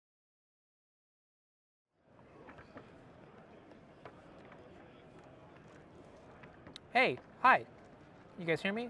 Okay, wonderful. So we do have an interview upcoming right now with Stu, who just won his win-in into, or what I believe is a win-in into the top 8 of this event. So that'll be coming up momentarily, sort of just to figure out how good and or dumb this new deck is, because as far as I can tell right now, with Camden also winning the round, that makes 3 copies already in the top 8, and that's kind of absurd. Yeah, so you can, Justin's over there, he's laughing, everybody here's laughing, which is to me a sign that I don't know. There's a lot of copies losing. Yeah, there's what? There's a lot of copies losing. It was registered a lot. Okay, so Justin is saying that there are a lot of copies losing, but I almost wonder if that just means that it's a very played deck. Oh no, yeah. Okay, here, swing by over here, Stu, and I will give you this microphone. And okay, yeah, sure. Would you be up to talk later? Yeah. Okay, cool, awesome. Is this turning on? Hello? All right, cool. So this microphone is now online as well. Let me chat with Stu first, and then maybe I'll talk to you afterwards. Okay, cool. Because I have more wider questions for you. So yeah. Oh, I got the mic ready. All right, so we have a little bit of a player interview coming up now. That's gonna be pretty sweet. First one of the weekend, and it's as we get into the top 8. So Stu, you can just clip this onto your wherever you want, your lanyard or something like that, and I'll pick up your audio. First and foremost, congratulations. Thanks. That is awesome. That is so 6-0-1 right now going into this round, right? You may need to put it just a little bit higher. Yeah, just a little, it'll cut your audio that way. But 6-0-1, that means you are likely locked for top 8 with great breakers too, because you played against HJ, played against a lot of people Brian like that. Kelly's my draw. Oh, okay, all right. And so that's a safe bet to have, right? Yeah. So that's awesome, actually. So is this your first Eternal weekend? Have you played before? Or? No, I've been playing since '94. So okay. Yeah, cool. it was I'm from Pittsburgh, so it was super convenient whenever the the tournament weekends were there. So Got it. was Okay. This one. Unfortunately, my job is very time consuming for the first week and a half of each month as an accountant. So I had no time to test. So I spoke to Jarvis Yu. I'm like, what do I do? Yeah. He goes, try this, send me a list. We theory crafted some other stuff and like shaves. Like I'm only running two mocks in. Oh. We wanted more planes, more white sources. So we had another chrome box, another basic planes. Wow. And a second Caracas. It was just like we needed more white sources and. That is so fascinating. Okay, so first of all, just to address the elephant in the room, Stu, we just saw one with Mono White Initiative beating Jeskai Control. First game looked like it was dominated by a Trinisphere. It was not close, yeah. Yeah, and then the second game, I didn't really get to catch it, but it looks like you had White Plume, it became a 5/5, and you just turned sideways a couple times. Yeah, that one was also just more creatures. Archon of Emeria card is just like... Right, in Vintage, that card seems a lot more powerful because of all the insane acceleration, but mostly like the Moxen being a critical artifact element, right? So, I mean, they can only put one spell, which is great, but also I played against elves in a round and just all this I've had a really weird tournament. Okay, you want to talk about that? So, so we just saw one round against Jeskai. Ups and downs. First round, played against Oath. Reed Duke was playing Oath, and we had some really interesting games. We had a 4-minute judge call where we had to just figure out what happens when he takes the initiative, when I had the initiative.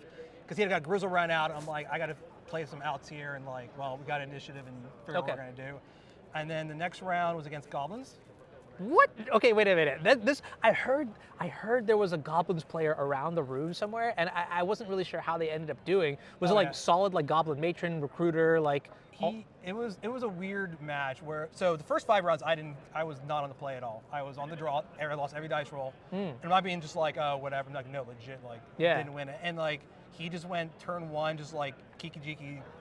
Snoop combo me. Yeah. And I put my hand down, like, all right, we're gonna go to game 2, and brought stuff in, and then like, just kind of like locked him out with Swords and Solitude in game 2, and game 3 was just like a Trinisphere lock and like wastelanded him out of the game, kind of. So Okay. that was the first deck that I played. I played against 3 decks with no power as well, and that was the first one as well. It's 3 decks with no power. Wow. Yeah. Next round was against Brian Kelly, playing a Brian Kelly deck. Yeah, to this point, we had Brian Kelly on feature twice, and I still don't know the contents of Brian Kelly's deck. I'm sure there's like an Inferno Titan somewhere in there. I think there's like his recent like moto list. We had like 10 different 2-drops in it. Oh, and wow. I was like, this is not going well. So we drew eventually.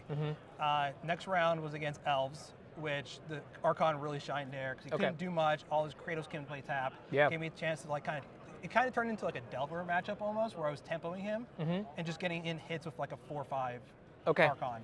Yeah. Or like the Seasoned Dungeoneer who gives protection from creatures is just, that card's insane as well. Next round was against, he was unpowered. Next round was against Black Green Turbo Depths, who was also unpowered. Yeah. And that one was kind of interesting where I had to play around. He got the 2020 in game 3, but I was able to solitude it in response to a Sajiri step. Okay. And then the game ended like a turn or 2 later because I had so many creatures in play. I was trying to play around like Virtue's Brew, and I was going. Wow, you're deep in the tank. I was going deep. I'm like, what terrible thing happens to me here? Next round was against a pretty good Oath player. I forget his name, but like those 2 games. Game 1 was game 1. He actually, the last card in his deck was his.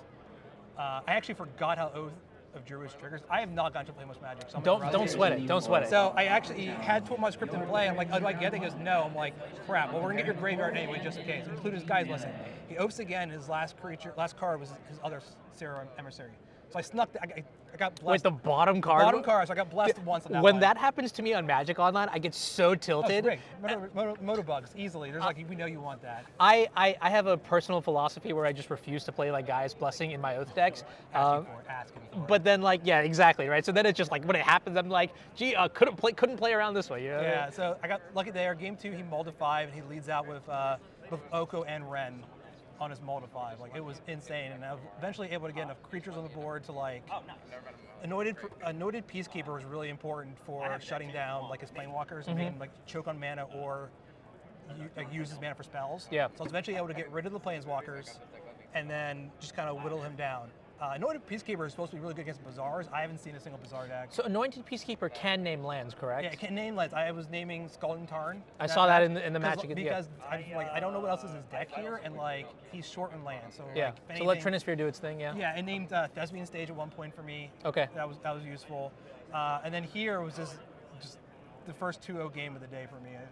It was just very one-sided.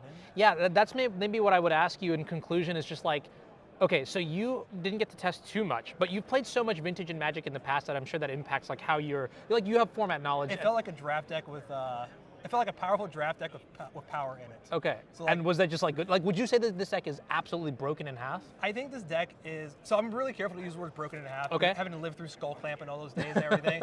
I think the deck is very strong. I think that if you are not super familiar with Vintage, you can play it because again, you are just an attacking deck. Yeah. I think it's stronger than the previous Hate Bear decks. You're not playing like Lean in Arbor or something. You have a little more Oomph. oomph. I don't know how many flex spots are in the deck. The deck felt pretty tight. Maybe Solitudes could be flexed, something better comes out in the future. But like, I think this deck is very strong. I think you can budget it and play in Vintage. The Mana Crypts and everything are great, but like, if you want to play in this type of event and get the budget price, I think this deck is very. Okay. I did see a couple budget lists. There was like a mono red like prison deck that was out and about there. I don't think I would ever play a mono red. Okay. I think people just like Blood Moon is just not as good here as it is in other. Interesting. Formats. I think this deck is also super, can kill very fast because you have an initiative, get the planes. The next step is to get 2 counters. Yeah.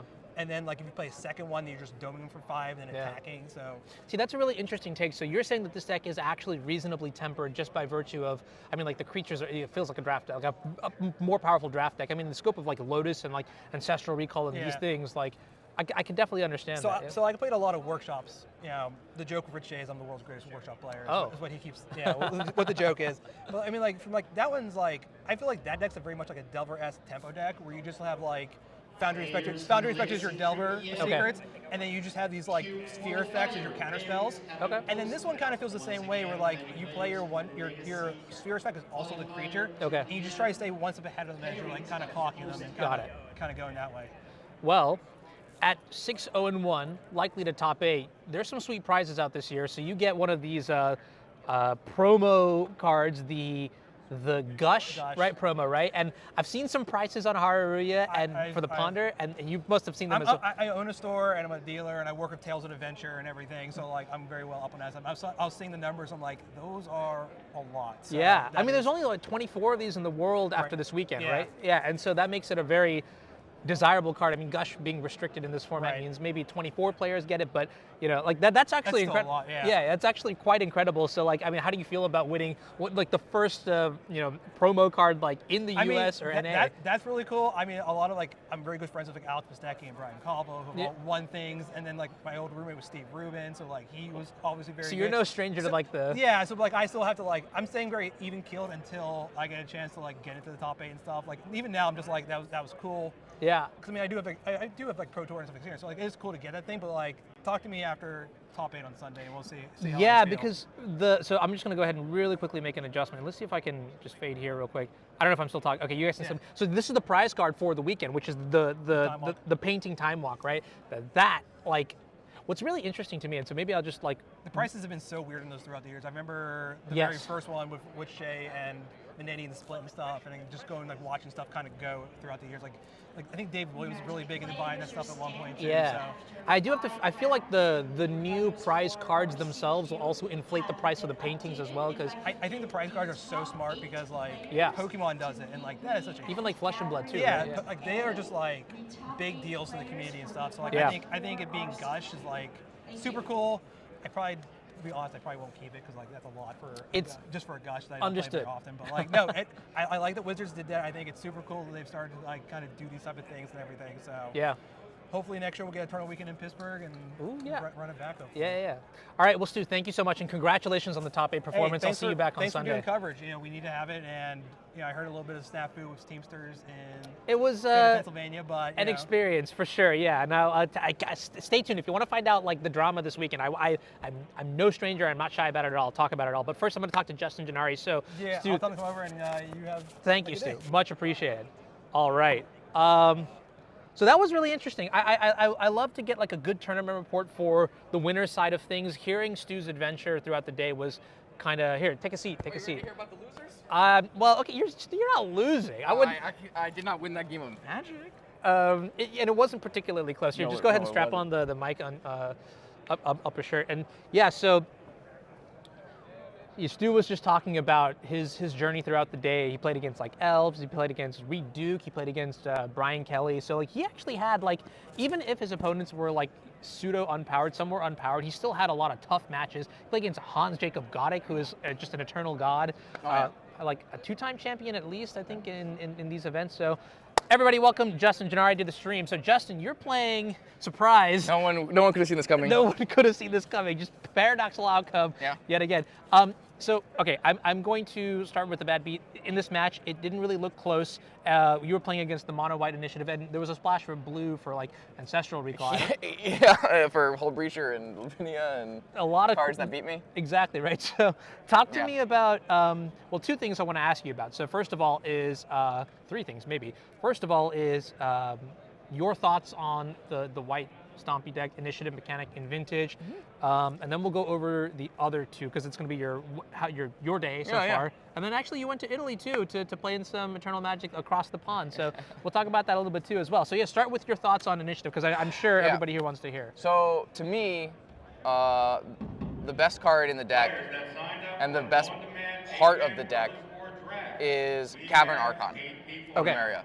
And I've been playing like Cavern Archon Emeria decks for a long time, and my biggest problem was always they don't have a good supporting cast. Okay. So you have the mana to play Cavern Archon. You have, it's easy to do that as your game plan. But before you were playing like Stoneforge Mystics, or you were playing like green cards for Force of Vigor and some other cards. Yeah. These white initiative cards are at a high enough power level to be the supporting cast that Archon needs to actually be a very viable deck. Okay, that makes a lot of sense. So that is also kind of my takeaway too, is when I used to play against these decks before, the Seasoned Engineer or like initiative cards in general, I always felt like so long as I can make my land drops, eventually I will draw into like maybe 1 removal spell that will cause the whole pyramid to tumble, and then I can power through with my busted Vintage stuff. Right now it just feels like card advantage, a quick clock, and then also all the remaining disruptive elements means that I'll be very honest with you. I think this is a mainstay now in the Vintage format. I think it's just going to stick around. Those decks have always been on the outskirts of playable. Like even without Archon, just like some mono white, Luris deck or green white Archon decks. Those decks are always like they can win a tournament, but they're not as strong as everything else that's going around. Yeah. The initiative, really, like in my mind, Forged Trap is just a great clock to support your Archon and Thalia main game plan. Yeah, making Thalia into a 4/3, making Archon into a 4/5. It's a 2/3, right? Archon's a 2/3 flyer. Yeah. That is honestly just like, I mean, we saw it earlier today, and it's great. It's powerful. So, okay, let me ask you a tempting question real quick though. 1 second, Jonah, do you? Oh yeah, things are going good on here. I think I'll get the feature match in a little bit when the round translates over. So thank you for checking in. Appreciate that. Yeah, I didn't want to keep you waiting. So I'm gonna ask you a question, and it's a sensitive question. I'm gonna drop a certain word, and people are gonna be like, "What? No, I don't know." Do you think it's the B word? Do you think it's to the power level where something would need to be done? No. Oh, confidently you say that decks too. need to just adjust. Okay. And that happens pretty slowly, especially when it wasn't on Magic Online, and it is now on Magic Online, but not accessible because of the current price online. Okay. I don't even feel that my deck was particularly bad against that deck. My draws and the cards that I chose to keep were particularly bad against what my opponent was doing. Interesting. Okay. So like what I kept was power, but slow power, Vamp, Demonic. I didn't keep hands with multiple Moxen. Okay. So I can go, turn 1, Mox, PO, Mox, Tinker, even just Mox, Demonic Tutor set something else up. And even I was pretty ready for a very large showing of creatures in this tournament. I just thought that was what was going to happen. Right. So I have 3 swords in my board and a balance. Okay. And the balance was 1 mana from being good enough in that game. So what happened was I demonicked for a Lotus, and I didn't know if I wanted to play my Lotus out because if I play my Lotus out, then it can get it could get Lorend or Anointed something, Peacekeepered. But if I don't play my Lotus out, then they could play Thalia. But it didn't seem to me like they had a Thalia. Okay. So I just made a read. I don't think they have a Thalia. I'm going to hold my Lotus. So next turn I can maybe go Karn Balance and then box them out completely. Like their mana base in game 2 was entirely on Pearl. I didn't have a force for Pearl. Okay. But it was like all of their early plays were on Pearl. So it was just like I just didn't have the right amount of stuff at the right speed. I was too slow, which is really weird for a PO deck to be too slow. But my hands were like, my second hand was Ancestral. My first hand was like Vamp, Demonic, and it just looked and Force. Okay. Like, game 1 I could have forced Emerald, and I did know my opponent was on initiative, so forcing Emerald is a reasonable play. but it's a hard play to make. It's one of those plays where like you can look back at it, you can make a number of like, oh, I should have done it for this, but in the moment, it's pretty hard to make that play. I agree. Especially if they have a second mox, like right. it's just you look you really get so stupid. punished. Yeah. But it's possible that's still correct. But I don't know. I like those decks. I want to play with those decks more. Like I said, I haven't really gotten to play with it. I played with it one stream where someone loaned me them, and I felt like I played extremely poorly in that stream, and we went 3-2, and it was like it was pretty good. Okay. Those decks need the initiative deck. The initiative decks. Okay. I think they need work. I don't really like the way people have configured it. They don't have enough white sources. People are trying to put Saga in the deck. You don't need to put Saga in the deck. The initiative creatures are far good enough. This isn't Legacy where the games are like super long and people are stealing your initiative back all the time. Yeah. So okay. I don't know. I like the decks. I think they're cool. It's fascinating that you say that because when I was talking to Stu earlier, he mentioned the exact same. It just needs more white sources, and he was cutting Moxen like whatever to fit in Chrome Mox. And to me, that was crazy. But then now hearing you double down on it, like it still does need. And to be honest, like the cards have only been out for just a small amount of time online too, and I think there's rapid developments online that eventually translate over to paper. So seeing these developments like raw and in the flesh, kind of cool. Getting your thoughts also kind of cool. The people I was talking with had similar ideas. You can like cut ancient tombs, trim ancient tombs for like more planes or more chrome moxes. You can trim off-color moxen for chrome moxes. You could play Mox Diamond if you have too many lands. Okay. I don't know what the right number of any of those things are because I haven't tested it all. I just play my PO deck. Yeah. Yeah. Well, you're still doing very well here. Now you're 5-2 in the event. What are some of the other matches that you have played against today? Oh, I played against everything today. Okay. So round one, I lost to my own creation. I lost to the Fiend Artisan Cradle control deck that Newton helped me build it for Vintage. Wow. I ported that into Vintage. Fiend Artisan and Newton, there's just like, they're synonymous at this point. So I got like Allosaurus Shepherd oofed, and then I like played a Sphinx. It was all good, but they didn't besiege it. No. Okay. So that was that, and then I played against Jeskai Luris, fair control deck, or tap out control tempo, something along those lines. Mono red Stompy. Goblin combo. Oath, Rug Control Oath. Brian Kelly deck, which is, tithe takers and stuff. You know what? You say you know, but I have no idea. No one knows. It's just like a bag of tricks, and he's just like, what can I find out today? For chat, Brian Kelly intuition for all 3 of his Force of Wills. I saw him also intuition I don't know if there were 4 or not, but it's a joke. He usually plays 3 Force of Wills sometimes. So. Okay, all right. That is absurd. Wait, it's Brian Kelly thing. Yeah. Fair enough. I had a super fun time with Brian. I don't know if there's another round missing in there, but like I said, I think I played against 7, and then I played against Blue-White Stompy. I think I played against 7 different decks in 7 rounds. That's actually pretty incredible. Yeah. Which makes me wonder, because I feel like, Vintage, the metagame, like there's not enough data out there. I mean, if anybody knows about data in the format, it has to be literally you, because you are the progenitor of all math numbers and whatever it might be in the format, which honestly like takes a lot of effort. You might not think it does, but tracking that data is absolutely so yeah, sure. That's what's up. Yeah. But you also went to Italy last weekend, right, to play in the Four Seasons event. And I heard you came back with a nice little prize Friday or so. Talk to me about that. Yeah. So I got to fly over to Italy to play in Four Seasons, which is a 4 times a year event held in Italy, Bologna. It is a great time. It's just a very much an amalgamation of competitive Magic and community. Like everyone there is super friendly and super happy, especially when you're coming over from I heard somewhere such good else. things on Twitter, which is a rare thing to ever see. Yeah. And yeah, it was tons of different events. So on Friday, I got to play in Team Trios with 2 very powerful wizards, and we won Team Trios Vintage Legacy Modern. Okay. Got to pick PO in that. Won Trios. We won Trios. Nice. Okay, that's what's up. So I got to take a trophy home, which is nice. And then Saturday, I played in 64-player Proxy Vintage, which was really fun. I didn't do very well in that. I went like 3-3, but the main event that day was about 500 players Modern. Okay.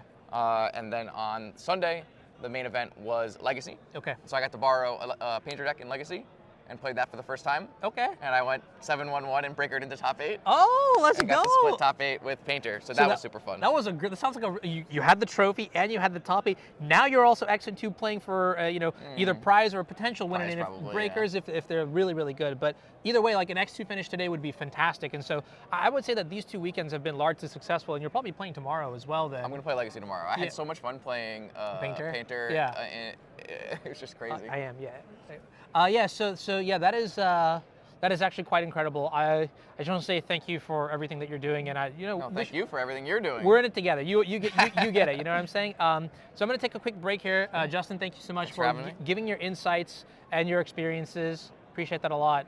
Everybody else, we're going to take a short break here. I do need to switch out some equipment on my side. My battery's about to die, which is dramatic, I know, but shouldn't let that happen. Should not let that happen. Yeah, exactly. You can see the 9%. All right, so we'll be right back, and then we'll have the final round of Swiss shortly. There's only 1 minute left, and I'll have to pick feature matches. I'll see you in a bit. All right, so here we go. Dennis is good with the 6. He's going to lead off with an underground D into a top. Yet, who will draw his card and lead off with... Come on. Come on. Gonna play a land. We know it. With an underground C, followed by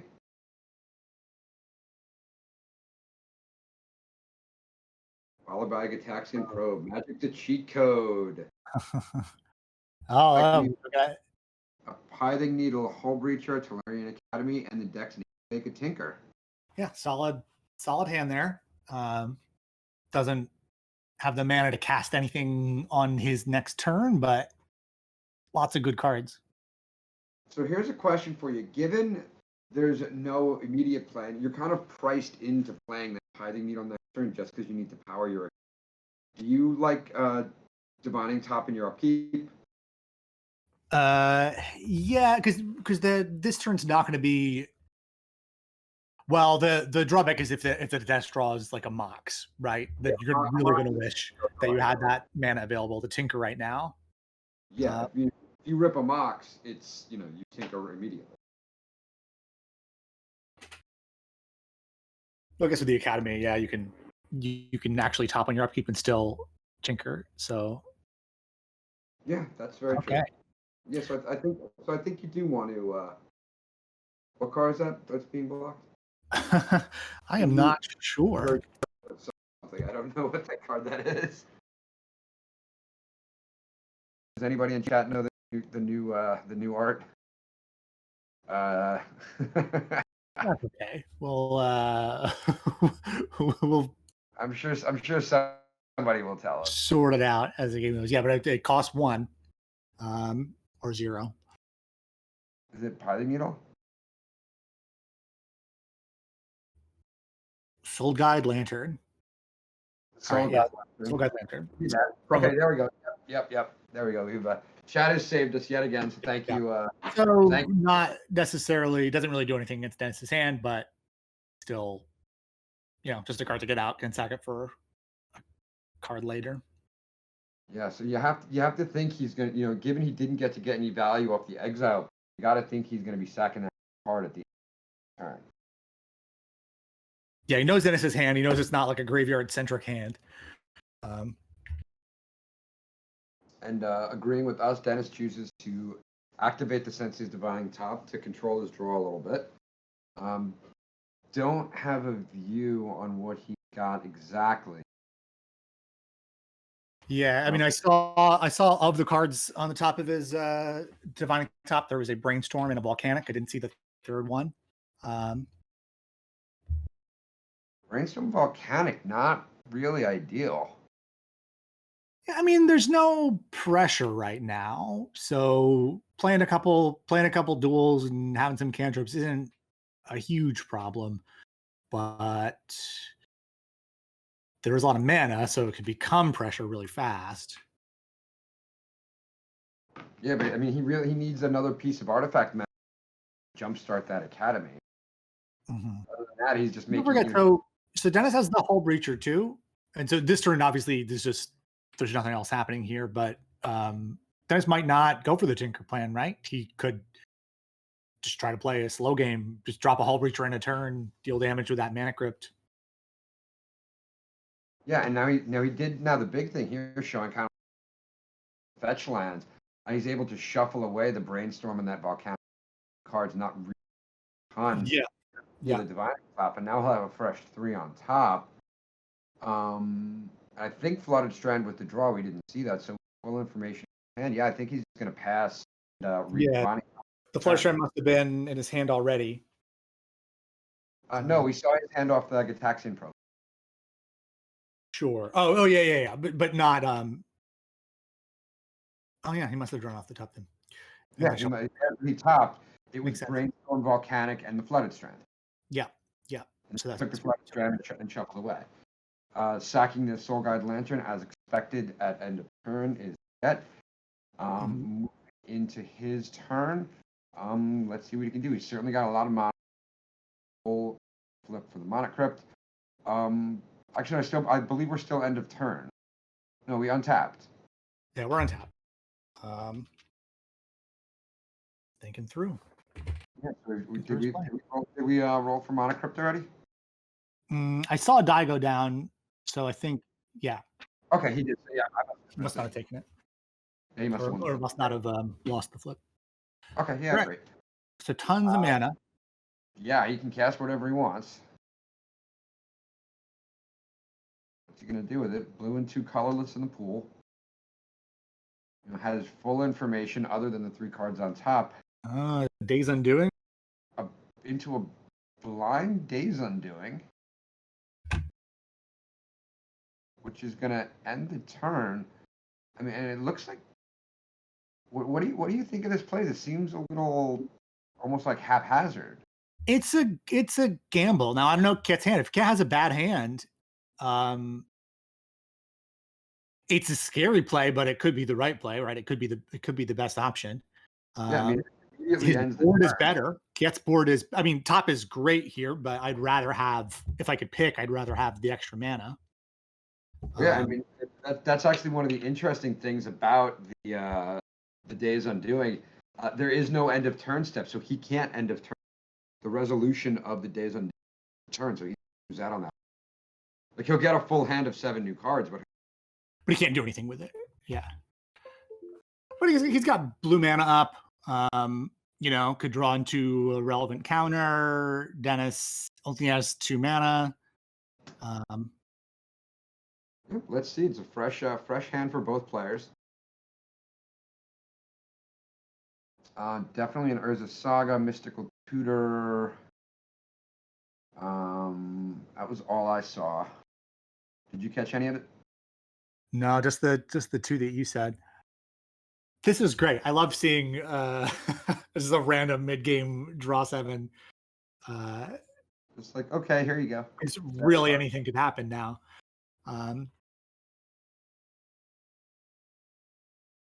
Now the Days Undoing, I don't think you really ever see that outside of a really dedicated deck with like the Hull Breacher sort of things that Kiet has. Yeah, no, it's certainly interesting.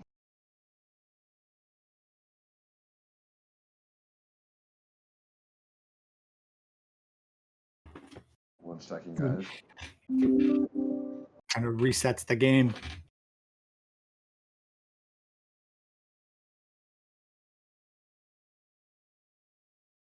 So I'm expecting the Ancestral off the Merchant Scroll, but we'll see.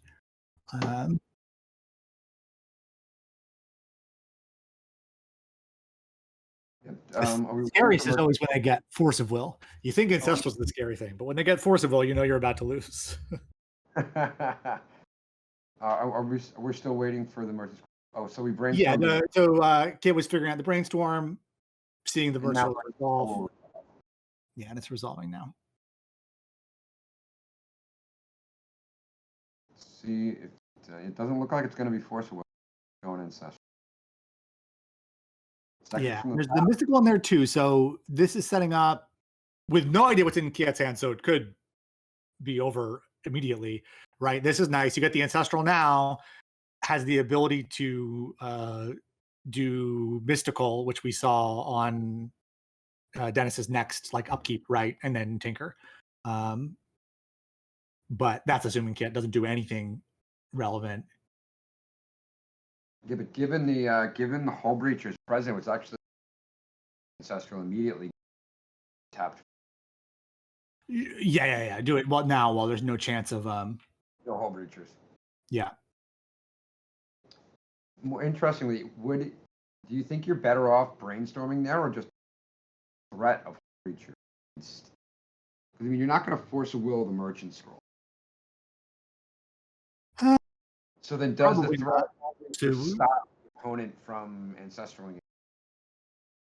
There's probably reasons to do it, right? If the emergence roll could have gotten something else, um, something that could counter the brainstorm, but chances are it wouldn't have changed the game either way. I guess that's fair enough. All right, so there we see a Mox and a Flooded Strand from Dennis, who continues to build out his board and catch up on the mana advantage Kiet had built up earlier in the game. Mm-hmm. Now, this is still the first turn since that Day's Undoing. Kiet is yet to untap with it.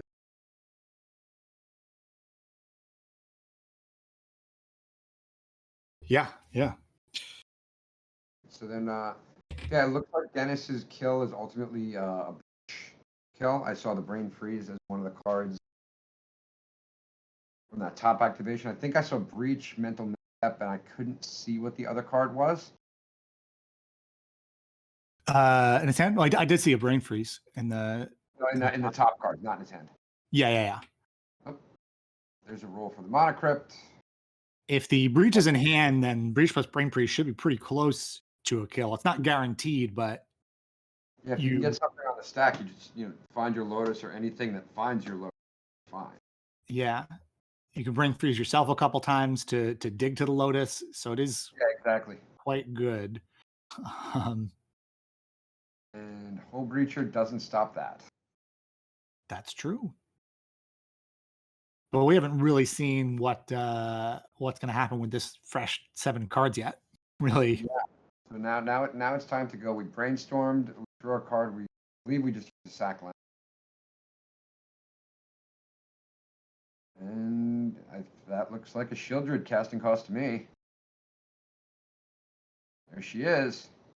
Yeah, less exciting in this matchup than it was in the prior one, I think. But it is a threat. It is by far the best clock on the board. There's a Mystical Tutor. Another Time Twister in Kiet's hand might keep going. So wait a second. It had the Time Twister. Why not? So does that imply he's sitting on a Flusterstorm or something to use that? I mean, because that Time Twister is going to deal, and it's unfortunately not lethal, but that's 14 damage, 16 with the draw stat. Puts him at 2. It locks him out of drawing any other cards. Maybe wants it to be guaranteed. Right, if it passes the turn and then gets to attack once and then it's a kill right now, doesn't want to give Dennis another shot, because being at 1 life but having those 7 cards in hand with all that mana. Oh, and now also, interestingly enough, he's shuffling away the Brain. So did you see the Breach in hand? Do we? I did not see the Breach in hand, no, but I mean, this makes sense, right? You don't really need if Tinker resolves, you don't really need the Breach or the Brain Freeze. You're going to draw 10 cards or whatever. No, but interestingly enough, with the Shielded in play, you can't go too nuts with the Bolus of Citadel. Well, I mean, you're right, you can't, but you also kind of have to, right? Like, you can't pass. Hold on. So, well, I'm missing on the timing here, I guess. Yeah. In response to the Shieldred, he Mystical Tutored? Maybe. What's the impetus for, I don't. Well, you can if he Mysticals, puts Tinker on top and then draws it with the Divining Top right now, he saves himself 2 life from the Shieldred. But he just draws a card on his next turn anyway. He loses the top in that point. Sure. Yeah. Well, look, this is still but the Time Twister got cast, so it actually it wipes out the Mystical Tutor anyway. And again, if I get it, I can see the logic. You're going to get Force of Will, draw it with the top, and then force the Shieldred. But just to get Tinker, I don't really see the downside of it. I mean, there's a lot of I don't know how it actually played out, right? There might have been misunderstanding about whether. Yeah, we don't know. Nobody's calling a judge. I think it seems like they're both the same. I think we just assumed that it was an End-of-Step Mystical, but it wasn't. It was just in response to the Shieldred. Maybe. Yeah. I don't think he cast Quicken unless he really missed something. And post his draw stuff. Actually, no, we're still in his main phase, so he's free to continue progressing. And I saw Mock Sapphire is one of the cards in there. Doesn't look like a good facial expression from Dennis here in game 1. Wasn't the 7 cards you wanted. You saw that little wince. Yep, and that's definitely a Mock Sapphire. It looks like at least 2 more 0 mana artifacts. Yep, there's a Lotus, a Sapphire, a Jet. Oof. Hell of a time twister. Well, if you don't like reverse 14 cards, you try another 7. Yep, I think that's Demonic Tutor for Ancestral opponent game. That'd be fun. Yeah, I feel like he's got a wide variety of cards to choose from that can all end it. Yeah, I have a feeling. Maybe he's not untapping anyway. He could Days Undoing Exiles. He could wield Fortune. He could Ancestral. Yeah, there's a ton. Wheel's probably safer. Sure. Yeah. You don't want to lose the creature in response. Yeah, again, I don't think Snap is something he's afraid of. Just for the sake of, I would rather the Pyrokinesis, does that do it? No, it's a 4/5. That wouldn't kill it. 5.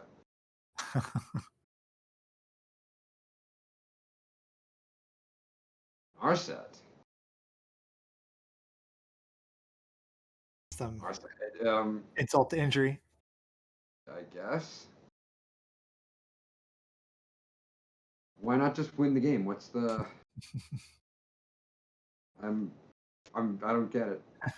Well, it could be trying to get more counters. Like the game is already won, right? Letting your opponent untap, with a full hand and 5 mana in play is never. Sure.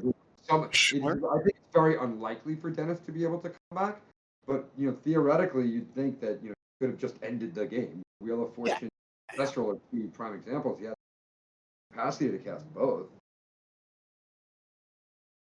Or as one of our chat members, maybe he's just. Hey, takes what it takes. Nobody ever said Shieldred was a kind task master. So I guess we'll see. Looking what the top has to be what Kit wants to see, meaning the answers are obviously not there. The Shieldred trigger drops to. And let's see. The Underworld Breach combo is good here. Yeah.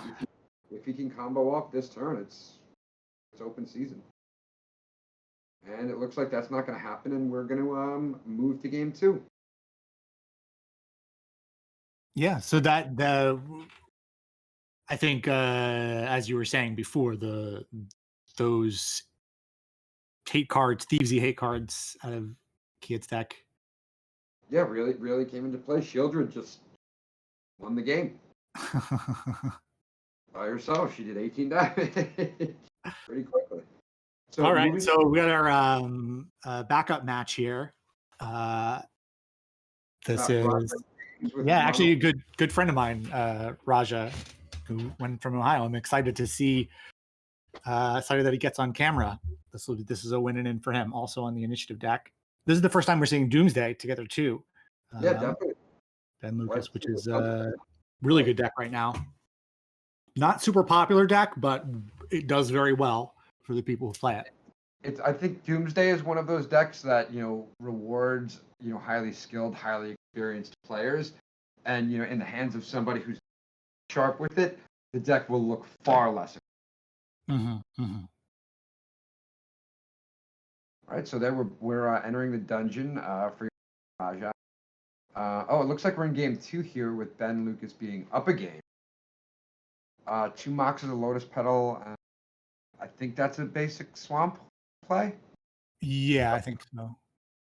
That's what it looks like. But Athalia and a decent amount of power in play. This attack drops Lucas to 12. Notably, Mind Sensor basically stops Doomsday. Doomsday cannot. You can sword cast it. Oh, it's a polluted delta. I'm sorry about that, guys. But yeah, that's right. David even more Mindset stop Doomsday. Doomsday is a search effect. So Preordained, especially good here. yeah, and preordained can't be where Ben Lucas wants to be. Paying 2 mana, not impact him, facing down 3, 5, 7, 9 power, and then facing into trap. Yeah, I mean he's got he's got one that's lights out, and this game will head to again. Yeah, Doomsday can win through a Thalia, but I don't know if it can win through a Thalia and a Mind Sensor without I think it just some kind of removal spell. Too far. So here come the 2 counters. Those go on the Mind Sensor. I don't know if that makes a ton of sense, given the Mind Sensor is probably. I think I would want to put him on the Plume Veil there, just because that's the least desirable threat to kill. Sure. If Ben has a removal spell, you'd rather. Yeah, that makes sense. You want to diversify your threats as much as you can, because I mean. Now I wonder if massacre. Like that's not if happening. there's some removal that like dead weight or something would kill the Mind Sensor, but can't now because the extra pump could be relevant. All right, we're going down 2. Sack that polluted delta. Yeah, so this time any creature. And he can only look at the top 4 because of that Mind Sensor. And the nod of the head says it all, and we're going to be moving to a 3 in our final round of Swiss coverage. So that looked like a fun one. Doomsday apparently had a very quick victory in game 1, game 2, and with excellent timing, we're heading back to our main feature, Grixis Tinker versus Grixis combo. It's really, I think, Breach versus Thieves is kind of how I'd put it. Sure, yeah. There's these decks morph around a lot, so yeah. I see, you could just call it Big Blue for lack of any. that's how I process it in my head. But yeah, nuances can matter. But it is for the most part, these are very similar decks doing very similar things. So yeah, Mox Sapphire, Brainstorm, always a great place to start. I mean, really with any of these decks, the card you want in your open, any hand with Mox Sapphire, it's just so much. It's a good one.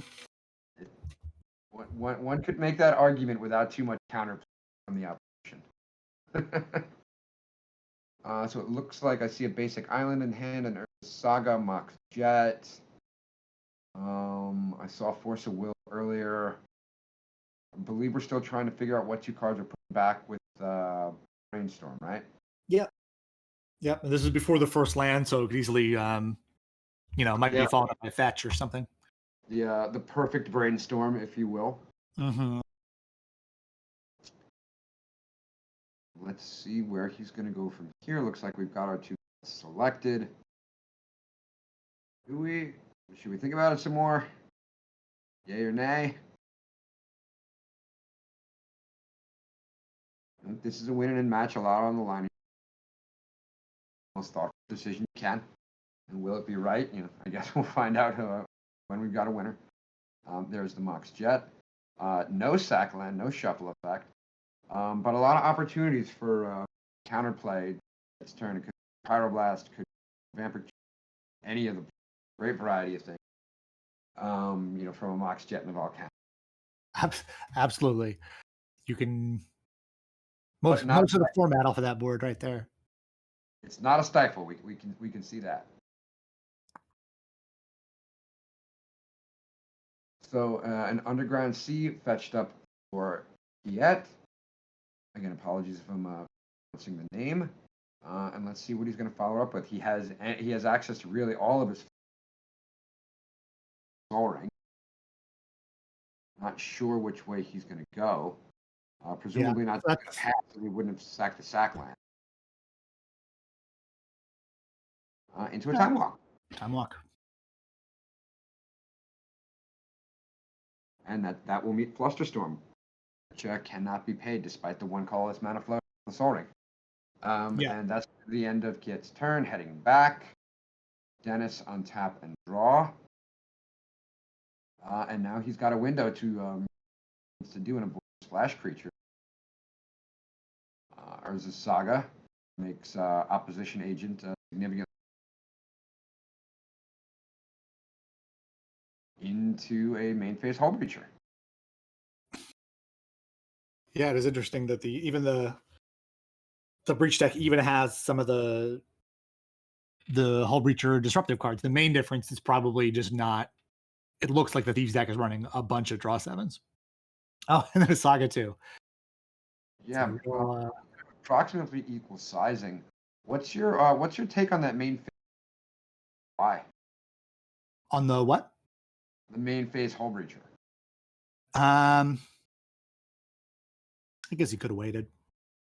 I guess there wasn't much reason to hold back. Was Kiet tapped out at the time? He was. Again, the only thing that's gonna you can't Flusterstorm, and you theoretically could Power Blast it on the next turn, but you can Power Blast it anyway. So the board is extremely similar right now. A lot is going to maybe come down to what these players get off of their Urza Sagas. I'm wondering. Or if Dennis even gets to search off of his Urza opposition agent. Yeah. I like this attack from Dennis a lot because Kiet's deck is definitely built to take advantage of that hull breacher effect. So by offering trade, I think you're well better off, Dennis. Totally. Yeah, I agree. There, just kind of getting a clock on I want to say taking the initiative, but probably a very poor choice of. Yeah, a little confusing now all of a sudden. Probably a poor choice. Yeah, so Dennis gets the dig through time off Merchant Scroll, which is relevant because it's the draw spell that gets right through Hull Breacher. Correct. Now, are you making a token turn, or are you actually no? There's not enough cards in the graveyard. Presumably, we're just going to save that for a rainy day. Second Saga, and especially with that second Urza Saga, I think you're making tokens. You have to. Yeah. A lot of tokens on this board in very short order. Okay. And that puts a very short clock on Dennis. That's a great position because Dennis has to answer it, but doesn't really want to answer it because it's actually not the most threatening thing, right? If Dennis spends a bunch of cards and mana dealing with it, then into a Flusterstorm. How many spells got cast this turn? Force of Will. Just the 3, but that's enough. Yeah, that's enough. That'll do it. Flusterstorm being the 4th spell. Looking for a token, so presumably we're going to make a token. Not nearly a 16/16. Do we know if Dennis has a pithing needle? Pithing needle? Pithing needle? That would be the answer here. That's the potential answer. He's got nothing doing. He's going to draw a card and activate the Urza Saga. Will he make a token or tap it? Is there anything else other than Pithing Needle?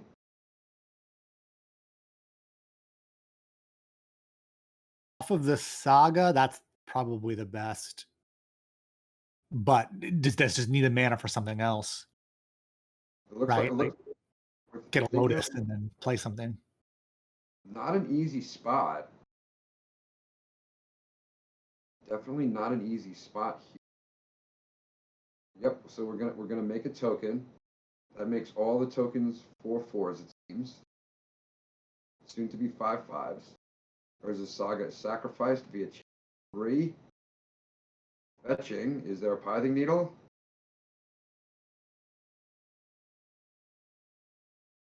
Top 8 could be on the line here.